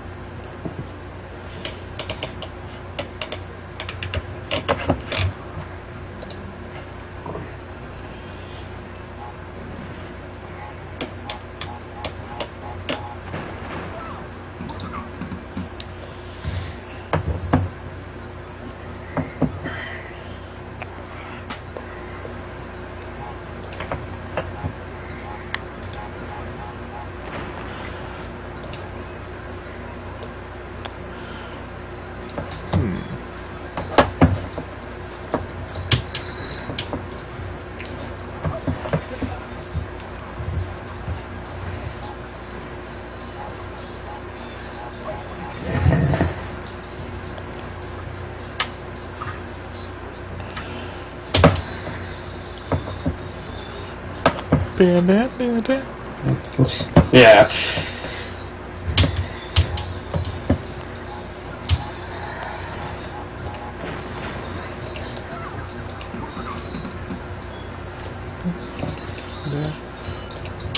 I love Kong's music. Yeah. To me, I was like either like okay, but like Donkey Kong Tropical Freeze, like I love it.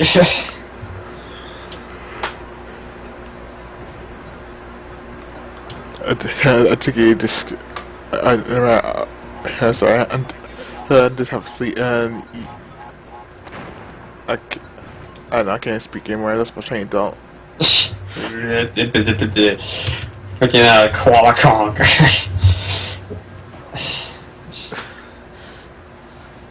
And which game you said that you said it was Ant. I was trying to say I never really grew up with Donkey Kong as a whole, and any tracks I listened to that was Donkey Kong was probably from Smash Brothers, I guess. Like Jungle Japes or stuff like that. So, like, from what I remember, I heard it was just okay, but it's just like how the music is done in Tropical Freeze, I love. Right. Well, I guess with the youth, they have enough time to prepare and give the sound, give the music its true justice, and I know awesome music.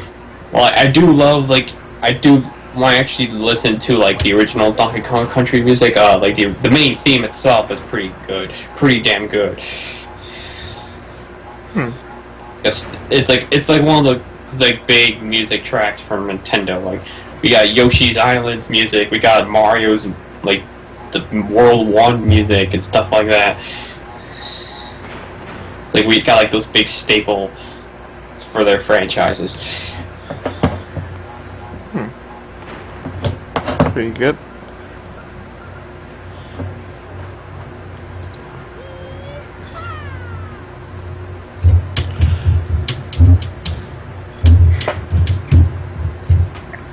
Yeah, it's called Windmill Hills. That's the one. Windmill Hill.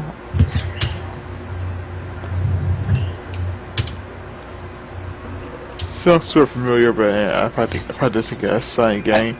It's Windmill Isle from Unleashed. Yeah.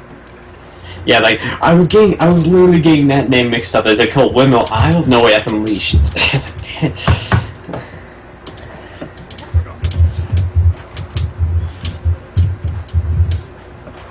Yep, that's pretty much the power of being a Sonic fan. It's quite awesome. Yeah.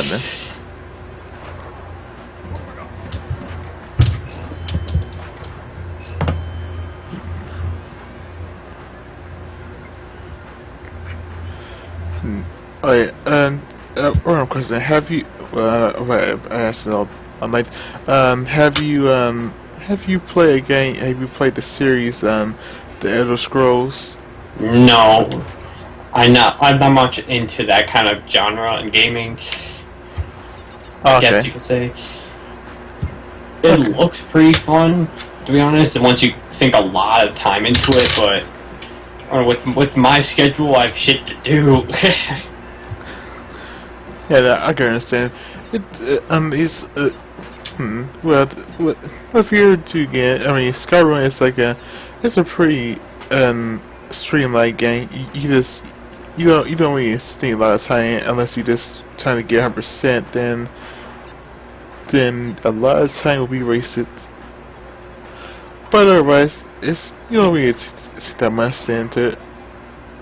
It's just like I can't be like one of the mods I saw for the freaking Skyrim, like the MLP mod. Like, oh Jesus!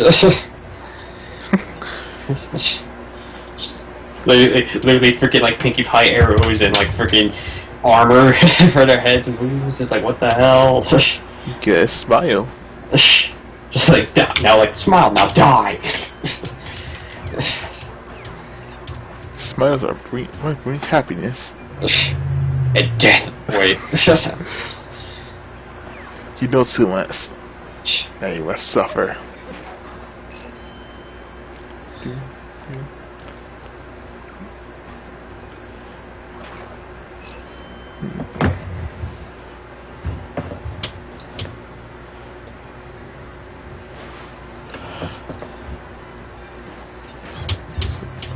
So were you and Tenga having another Super Smash Brothers stream? I guess when you guys are free.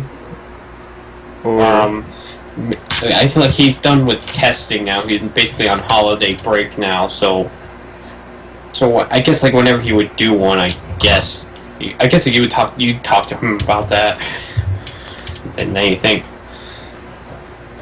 Okay.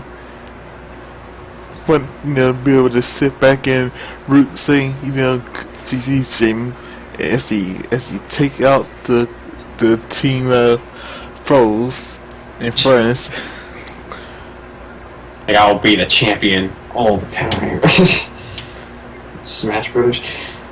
Yep, undefeated. It's just like in Smash Brothers. Like, have you played the whole series? N64, Melee, Brawl, and such. I played Brawl and Melee. Like, in those games, who was always your favorite? Or main guard? And for Brawl, it was Pete. It was Pete and Kirby and Sonic. Like my main throughout if it was ever a main I had throughout the entire series from the first to now, it was always Samus. And for Brawl onward, like Brawl, Smash 4 is Sonic, hands down. I managed to beat freaking classic mode on Smash 4 on the hardest difficulty Oh my god. It's living hell. You poor soul. Well, guess what? You have to beat level 9. You have to beat intensity level 9 on classic mode without losing a single life or a challenge. Nope, not doing that. Nope. Nope. I would imagine if maybe like a strong, powerful character that can launch enemies easily, probably like King Dedede or Ganondorf would help a lot because they could do a lot of damage in a single attack. So like Master Fortress and stuff could be like maybe not too bad. Who knows? That's probably one trick you could do, but I want to stick with a character I know I can do good with, like Sonic. Yep. Yeah, that's a good one because I'm good at Kirby and Peace and yeah. I loved Kirby in Brawl. I could not stand him in Melee. Like his move, I think it's because his dash attack in Melee was like the fireball, which I could never use effectively at all. Yeah, but Melee says Melee is like a it's not very user friendly. I mean, it's a good game. You have to spend a lot of time learning how to play it to get good at it. Like in Melee, my mains were like Samus. Like that was my main one, and my other character I loved to play as was Roy. Actually, you missed 3 boxes. It's like screw you, Gabe. Yeah, I can work by no more. The boss is not worth it. But don't you want to fly away into the sunset? No. I want that taken out.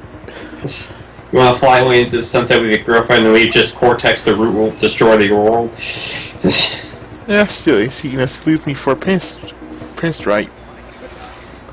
The freaking bitch.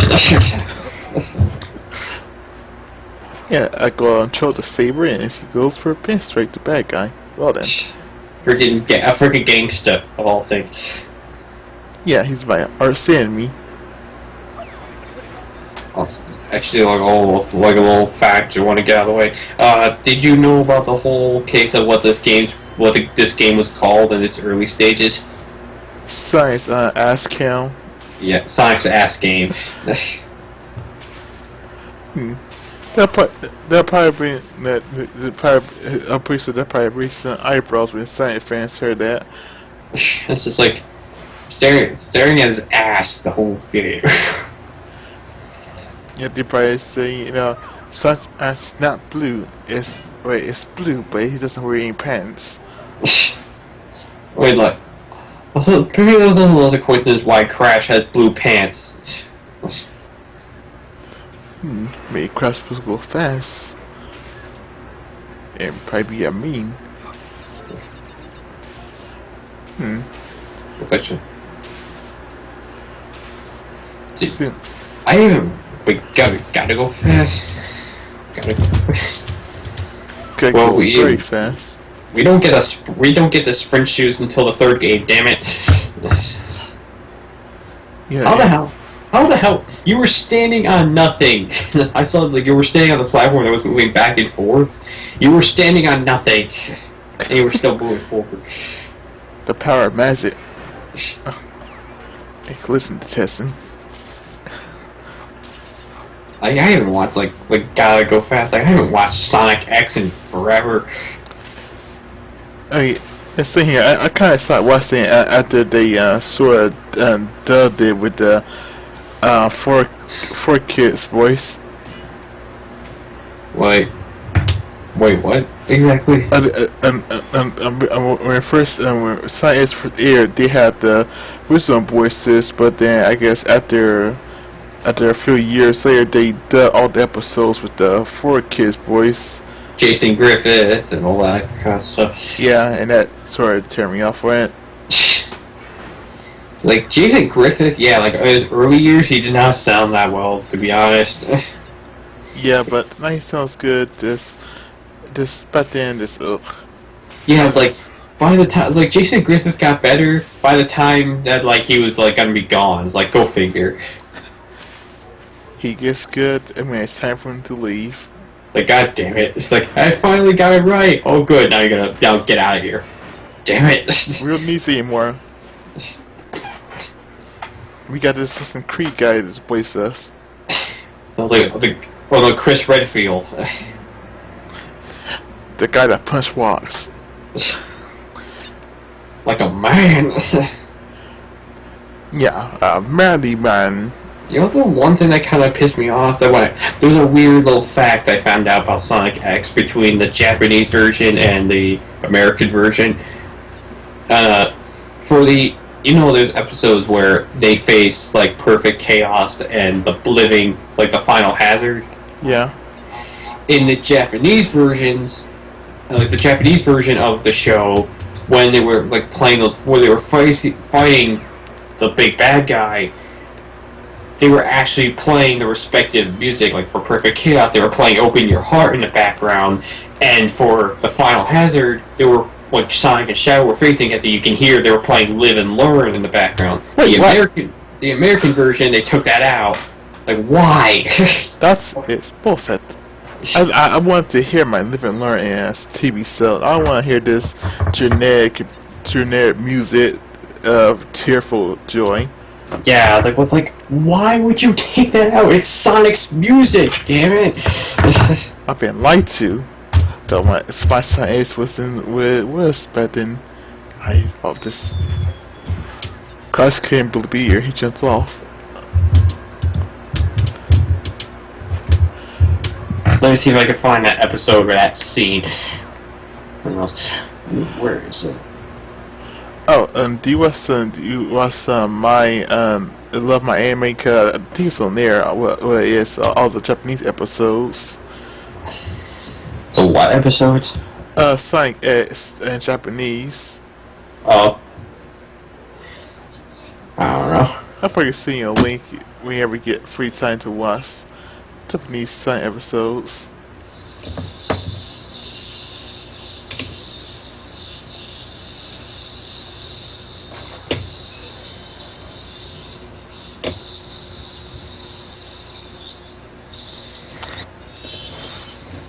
Yep. Yeah, 4 kids did not decide to use Live and Learn, and that seems like, you idiots! You had one job. Free and forever.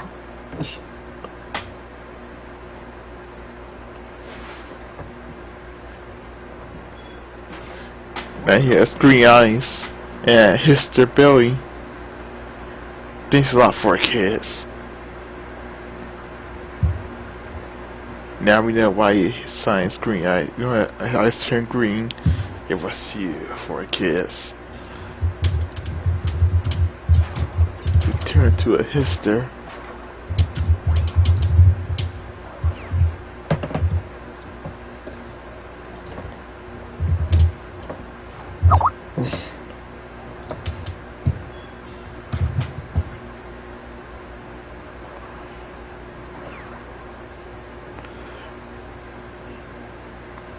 Oh yeah, did you ever see that video I sent you? A Sonic Person 2 remastered cutscenes? Yeah, exactly. Like, I'm listening to the cutscenes, and I'm so used to how the original sounds, it's kind of weird. It's like, they actually fixed it, but like, I'm so used to how the original game plays the cutscenes. You know, overlapping and all you this and that, especially the Sonic scene. I found you, faker. Faker? I think you're the real fake around here. You're trying to compare yourself to me? Huh, you're not even good enough to be my... Oh, make you eat those words! Did you ever see the Sonic Shorts parody of that scene? Oh yeah, the one where he takes the words and stuff in Sal's mouth. Yes. I love that. It was just like, hey, I didn't even finish my word. Like, he literally takes the subtitles and shoves it down his throat. And it's just like, Shadow's like massively fat and just falls in the water. That sure shows him. And just like takes the word and eats it. So Shell, got those words, do you eat it? Quite good, aren't they? Did you see the likes of Metal Madness or like what was like the Sonic Heroes parody song things they did, like Seaside Denied, and I think it was like called like Metropolis Madness or something like that. Yeah, I've seen those two. I'm still waiting for the next one to come out. Yeah, the freaking casino level. God help us. I'm still waiting. Yeah, it's like that freaking casino level. I can imagine what kind of stuff they're gonna make fun in that. I can't wait for it. I'm going to have myself some crystal lights and stuff and wait to listen to this awesome parody. Also, I think my favorite moment in the Metropolis one was where like they were literally the bosses of the character battles. So like Amy, like Team Rose versus Team Sonic. It's like literally Cream and Tails are only left. It's like where's Sonic? Down the hole. What? Tails? Can you be a friend? Let me win. Like not a chance. Just tossed her face with a bomb. There. It's like Jesus, Tails. Went off the deep end there. My favorite part or loop part is, where part he says, "Hey Big, why is your name Big?" And then Queen said, "I think it's I think he really has a real big heart." With the troll face. I was like, oh god. That's my favorite parts of it. Just like, one question real quick: isn't it big because you're thick? I think because he's got a real big heart. Like I think like one of my friends, like he loves the videos, and like his favorite part was like when like I think it was like Team Shadow, like when they were observing like Team Chaos, like who are those that Shadow, and like Omega's like no, like the guy's like nor do I not care. I'm like, let's go beat him up. Now prepared to fight. Well, I love Omegas. yeah. Oh, look, it's also it's your favorite level. Oh. Oh God. No. The timing. Yeah, this was the bane of my existence kind of thing. Yes, I don't want to think about it.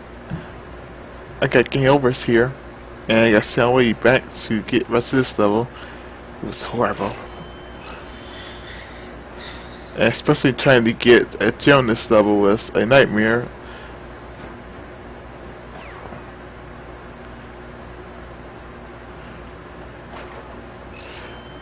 And you also use like you could jump on the edge of the platform, just like you jump off of the platform and jump back on, but sometimes that doesn't work. Yep. Oh, no jump for me. Like like that whole thing where like when it's like the straight regular pathways and the barrels are coming after you. Did you ever try like jumping at like literally jumping off the thing and like turning back into it? Yeah, but some of it doesn't work for me at this. Sometimes I tend to jump back on the near a platform too soon and just get squashed. Oh, now we get the bouncing barrels. God damn it! The worst barrels in the game. You know, it's better if we got barrels coming at us, but then we got bouncing ones. I think I remember doing that, like where like you kind of like you arc yourself back onto the track a couple times. Like I only did that because like I saw a barrel right in front of me. I was trying to evade. I was like, oh shit! Just move back. Yeah, I do that because I have poor timing. Ow. Oh, you were on top of the barrel and you got squashed. That was bullshit. Yep, this game is wonderful hit testing.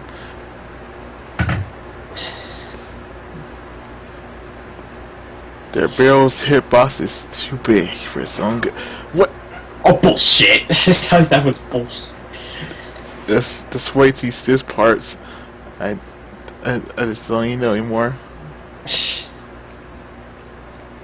Oh my god. Yo, is this Oh god, you're right in front of him, like, even in death? I still can't win. it's like the way you like when you get squashed and you like look up.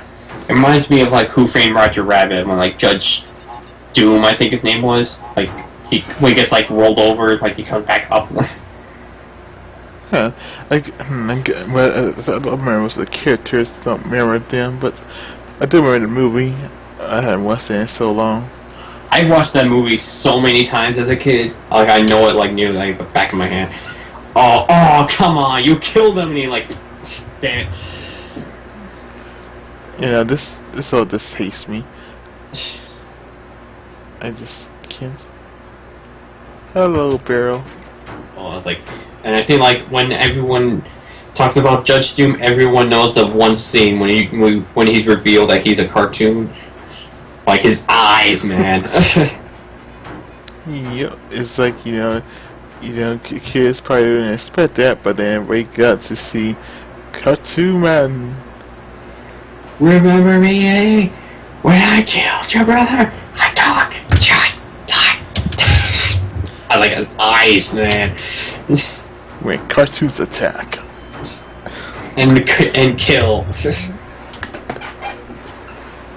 Rated A for mature audience. I think when I actually tried to look up background history about Judge Doom, like when he was like a cartoon. The thing is like he was like the way he was portrayed in like the regular cartoon town. He was kind of like the villain that he would always do like mischievous stuff as like a regular cartoon villain would. But he got like hit on the head. Then when he woke up, then like he tried to do this stuff, but it would actually be like killing people, and like doing like kind of like a jokingly harmful. Oh wow! So that's how he came to be apparently. Like when he thinks he's doing it for joke, but like it's actually real shit. It's sort of like that, sort of like joking that Robot Chicken and Mason, where he's trying to be joking, he and kill everyone with his presence.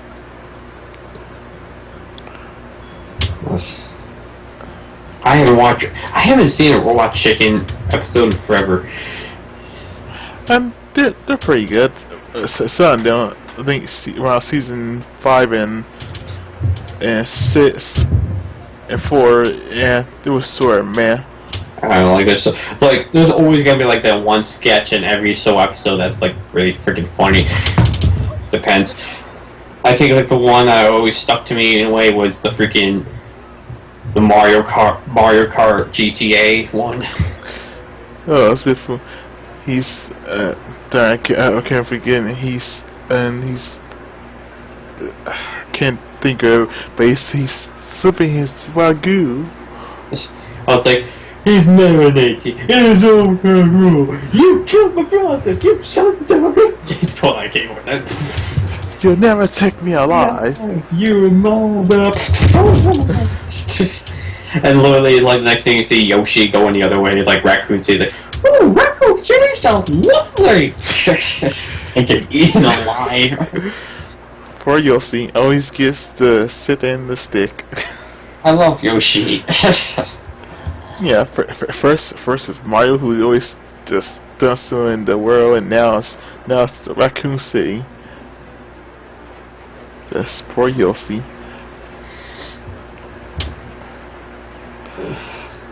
Like when you see Yoshi running off the distance, Super Mario World was like, "No, Yoshi, don't go to Raccoon City. Raccoon City's off lovely."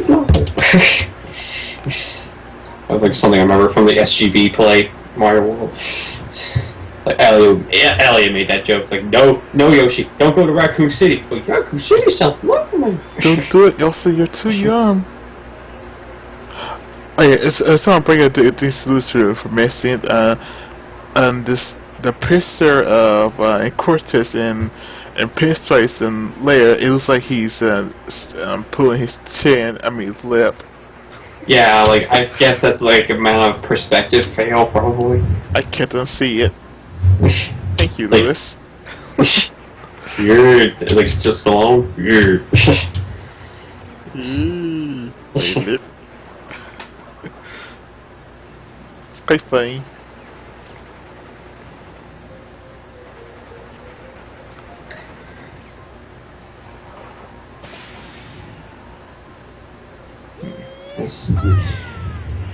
It's always something you find kind of like you can't unsee it kind of crap. Yeah, it's just one of those things you just once you hear about it and then you go to check it again, it's there forever. I think that one of the funny ones I remember was like Sonic 4 Episode 2, the final boss, when Johnny was found the shield in the last level, and Clement's like, "There's a shield there! Oh my god!" It's just like because like there's a freaking Avatar award or whatever for beating the final boss without getting hit, and he was like, "Oh my god, whole hours trying to get hit." And like Clement, hold your anger. Like, yeah. That's a pretty good commit limitation there.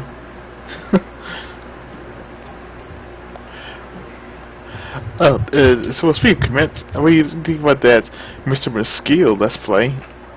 I saw like a first 2 videos of it. I didn't see the rest of it, actually. He's playing Pac-Man World now. Yep, one of my favorite games.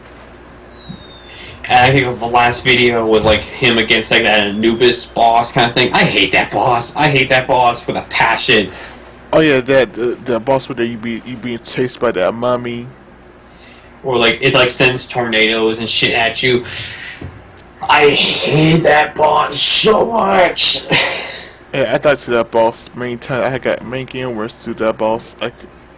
It took me, I don't know how many tries, but it was more than enough for me to get well over 10, 20 game overs before I figured out how to do it.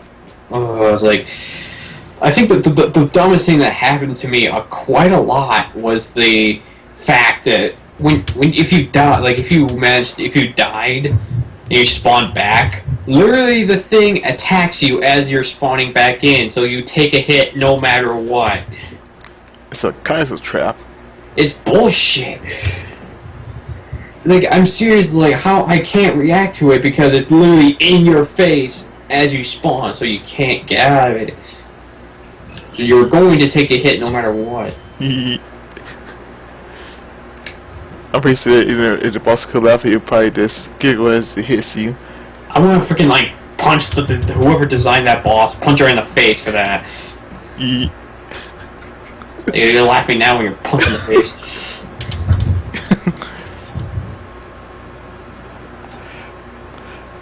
But Power does has some good bosses. I do like the when you do get past the chase scene from that boss. The boss fight is pretty fun.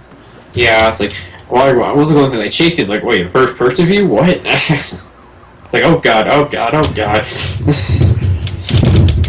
This kind of wish they were brought this back in Pac-Man World 2. Some unique bosses. I mean, the bosses in Pac-Man World 2 are fine, but not as unique. They all just use machines to fight Pac-Man.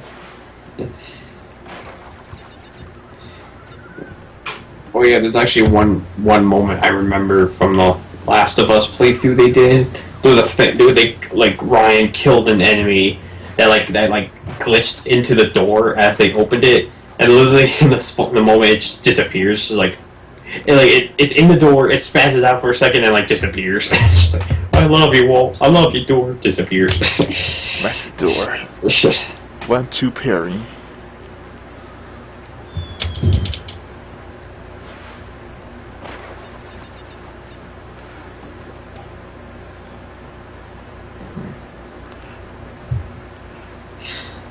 Also, I love. Did you actually see like the SGB, like the Gaming Brothers, actually play Conker's Bad Fur Day lately? Yeah.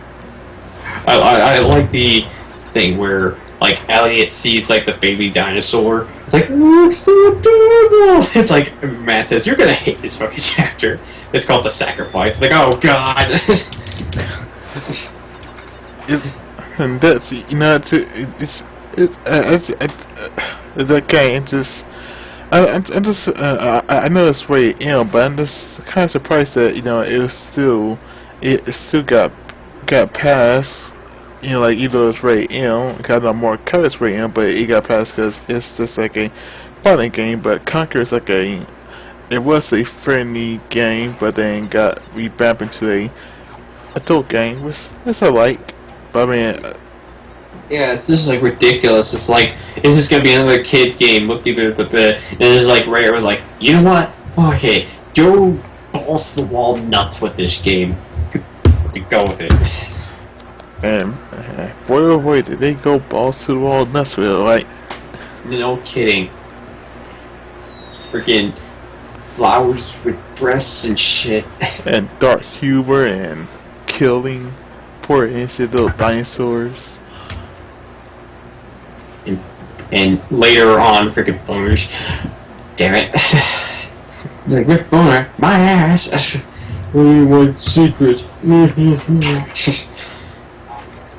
It's just like, I also, all things to reference, they reference the freaking Terminator with that haystack boss.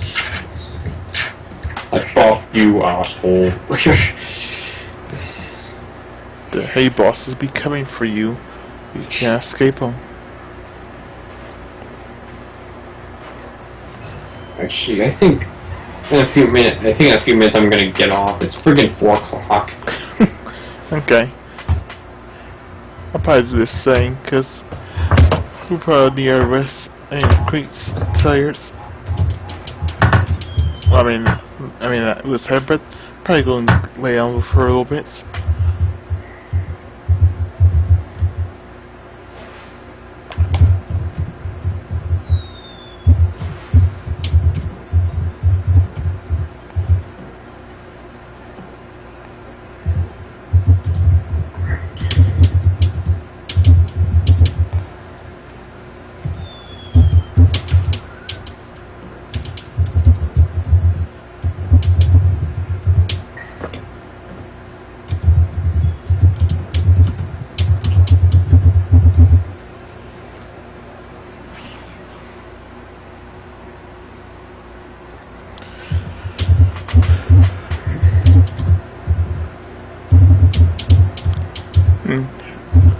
Halfway done with this game.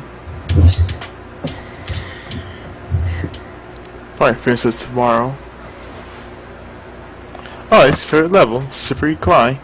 Get to go. All the slippery and the climb.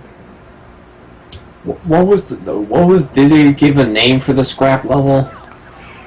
I don't remember. I probably had to go look it up. But it's saying like it's saying one of those gaming facts videos.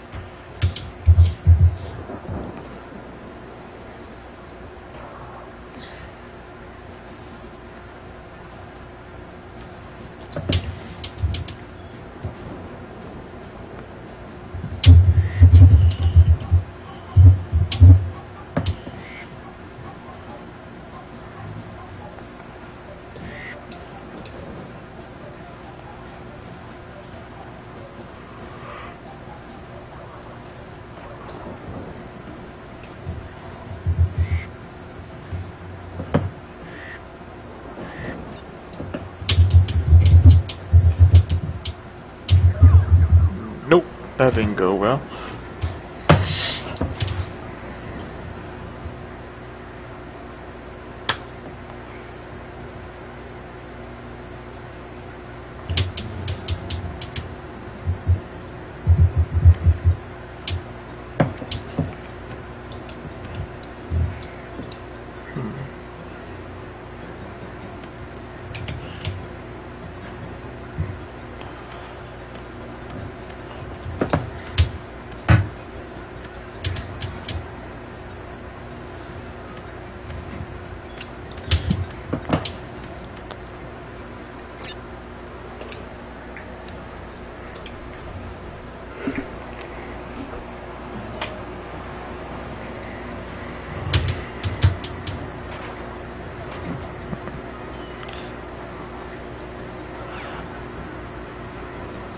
And so, and I was wondering, what did we say is your least favorite Crash or Spiral game? I mean, your least favorite one? Least favorite Crash game, least favorite Spyro game? Yeah. For Crash, probably the first game because it's the most difficult by far out of the trilogy to me.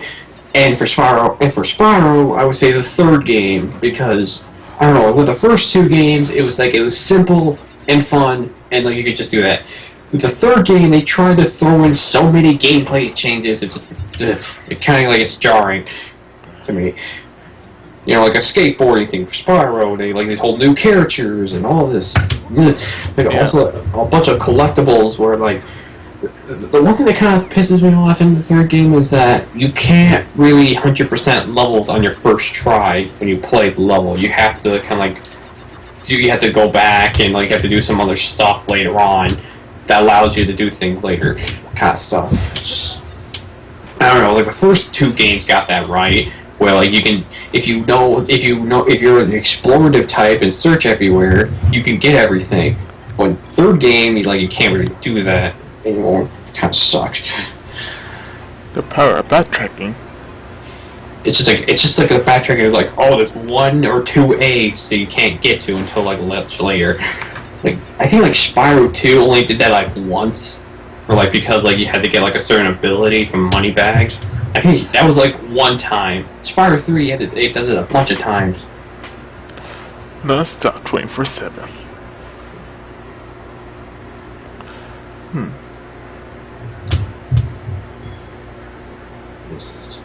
Like people say like the third game is probably the best one. I say the second one's the best one.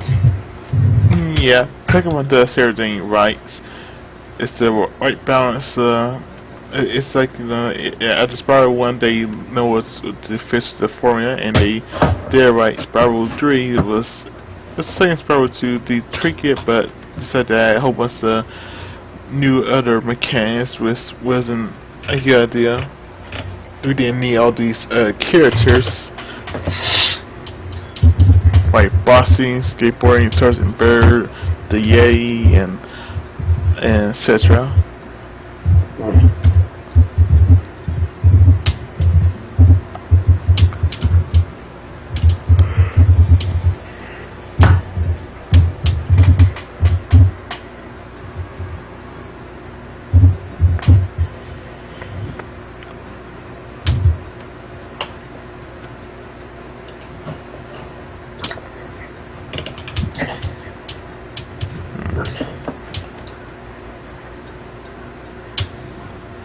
Is there like any last words you want to say before I get off? Because I basically am going to get off in like probably 3 minutes. Well, this things for joining me a stream I get there and joining me for this fun conversation and it sucks. Like, no problem, man. Although, like, the technical difficulty that I was experiencing a few hours ago was freaking dumb. It's like literally the moment where, like, you said, like, you're gonna be ready in a few minutes, and like literally my internet went. So it's like, damn it, not now. So They're right. we're all good now. Nice to see playing Crash. I do want to get back into the games since I have to play them again to get 100% or whatever. So, like, I didn't actually 100% the Crash games. I just played them and beat them to the end. Like, I tried my best to collect as much as I can on my, like, regular go. Huh. I think with the third game, I went out of my way, tried to get every gem I could, until you had to do the speed run things, so I didn't bother with those. Have fun with the platinum wheels. Oh, the platinums are pointless. But yeah, collect them for the percent. all you need is just like, I think it's gold was like the best one. I think gold was the one you needed regularly. Platinum was just for the show off. I'm not kidding. Huh. I think that's how it was. Well, yeah, but doing this, you want to brag to everyone and show off your own skills? I mean, I do. But I mean, I like the game. I like the game, but not that much. It's like I don't even know how. Like those are developer times. I don't even know like what the developers did to get that to be that fast. Who knows? probably Crash speedrunners.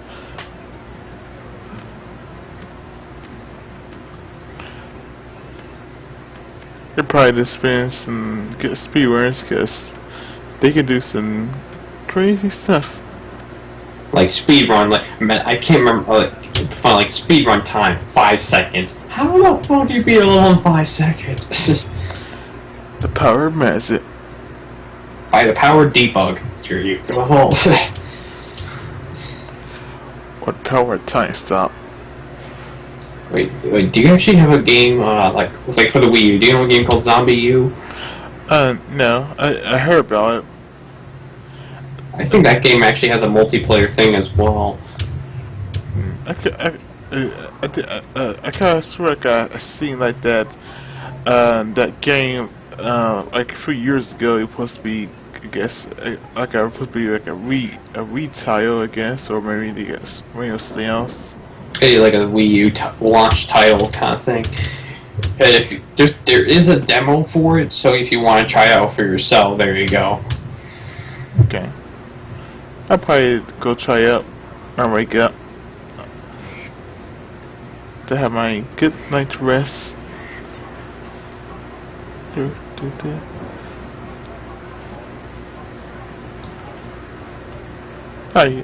Super client's not all that bad.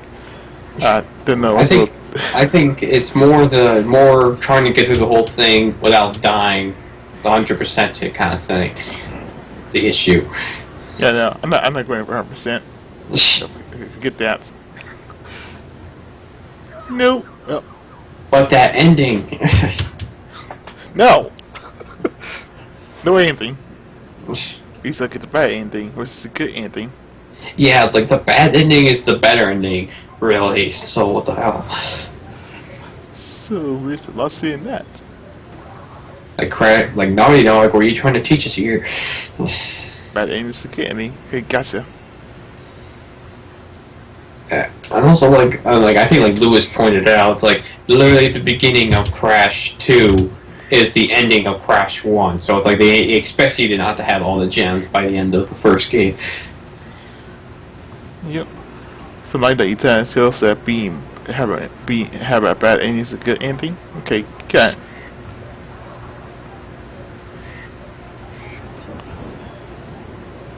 I think I'm gonna get off now. 4:33. I forgot I was going to stream because I don't think I could stream any longer. Too tired to stay up. Yeah, it's like there's some they had to set some standards. Maybe one day. Good night, man. Okay, good night all, and sleep well. You too. I will, my good sir, and thank you.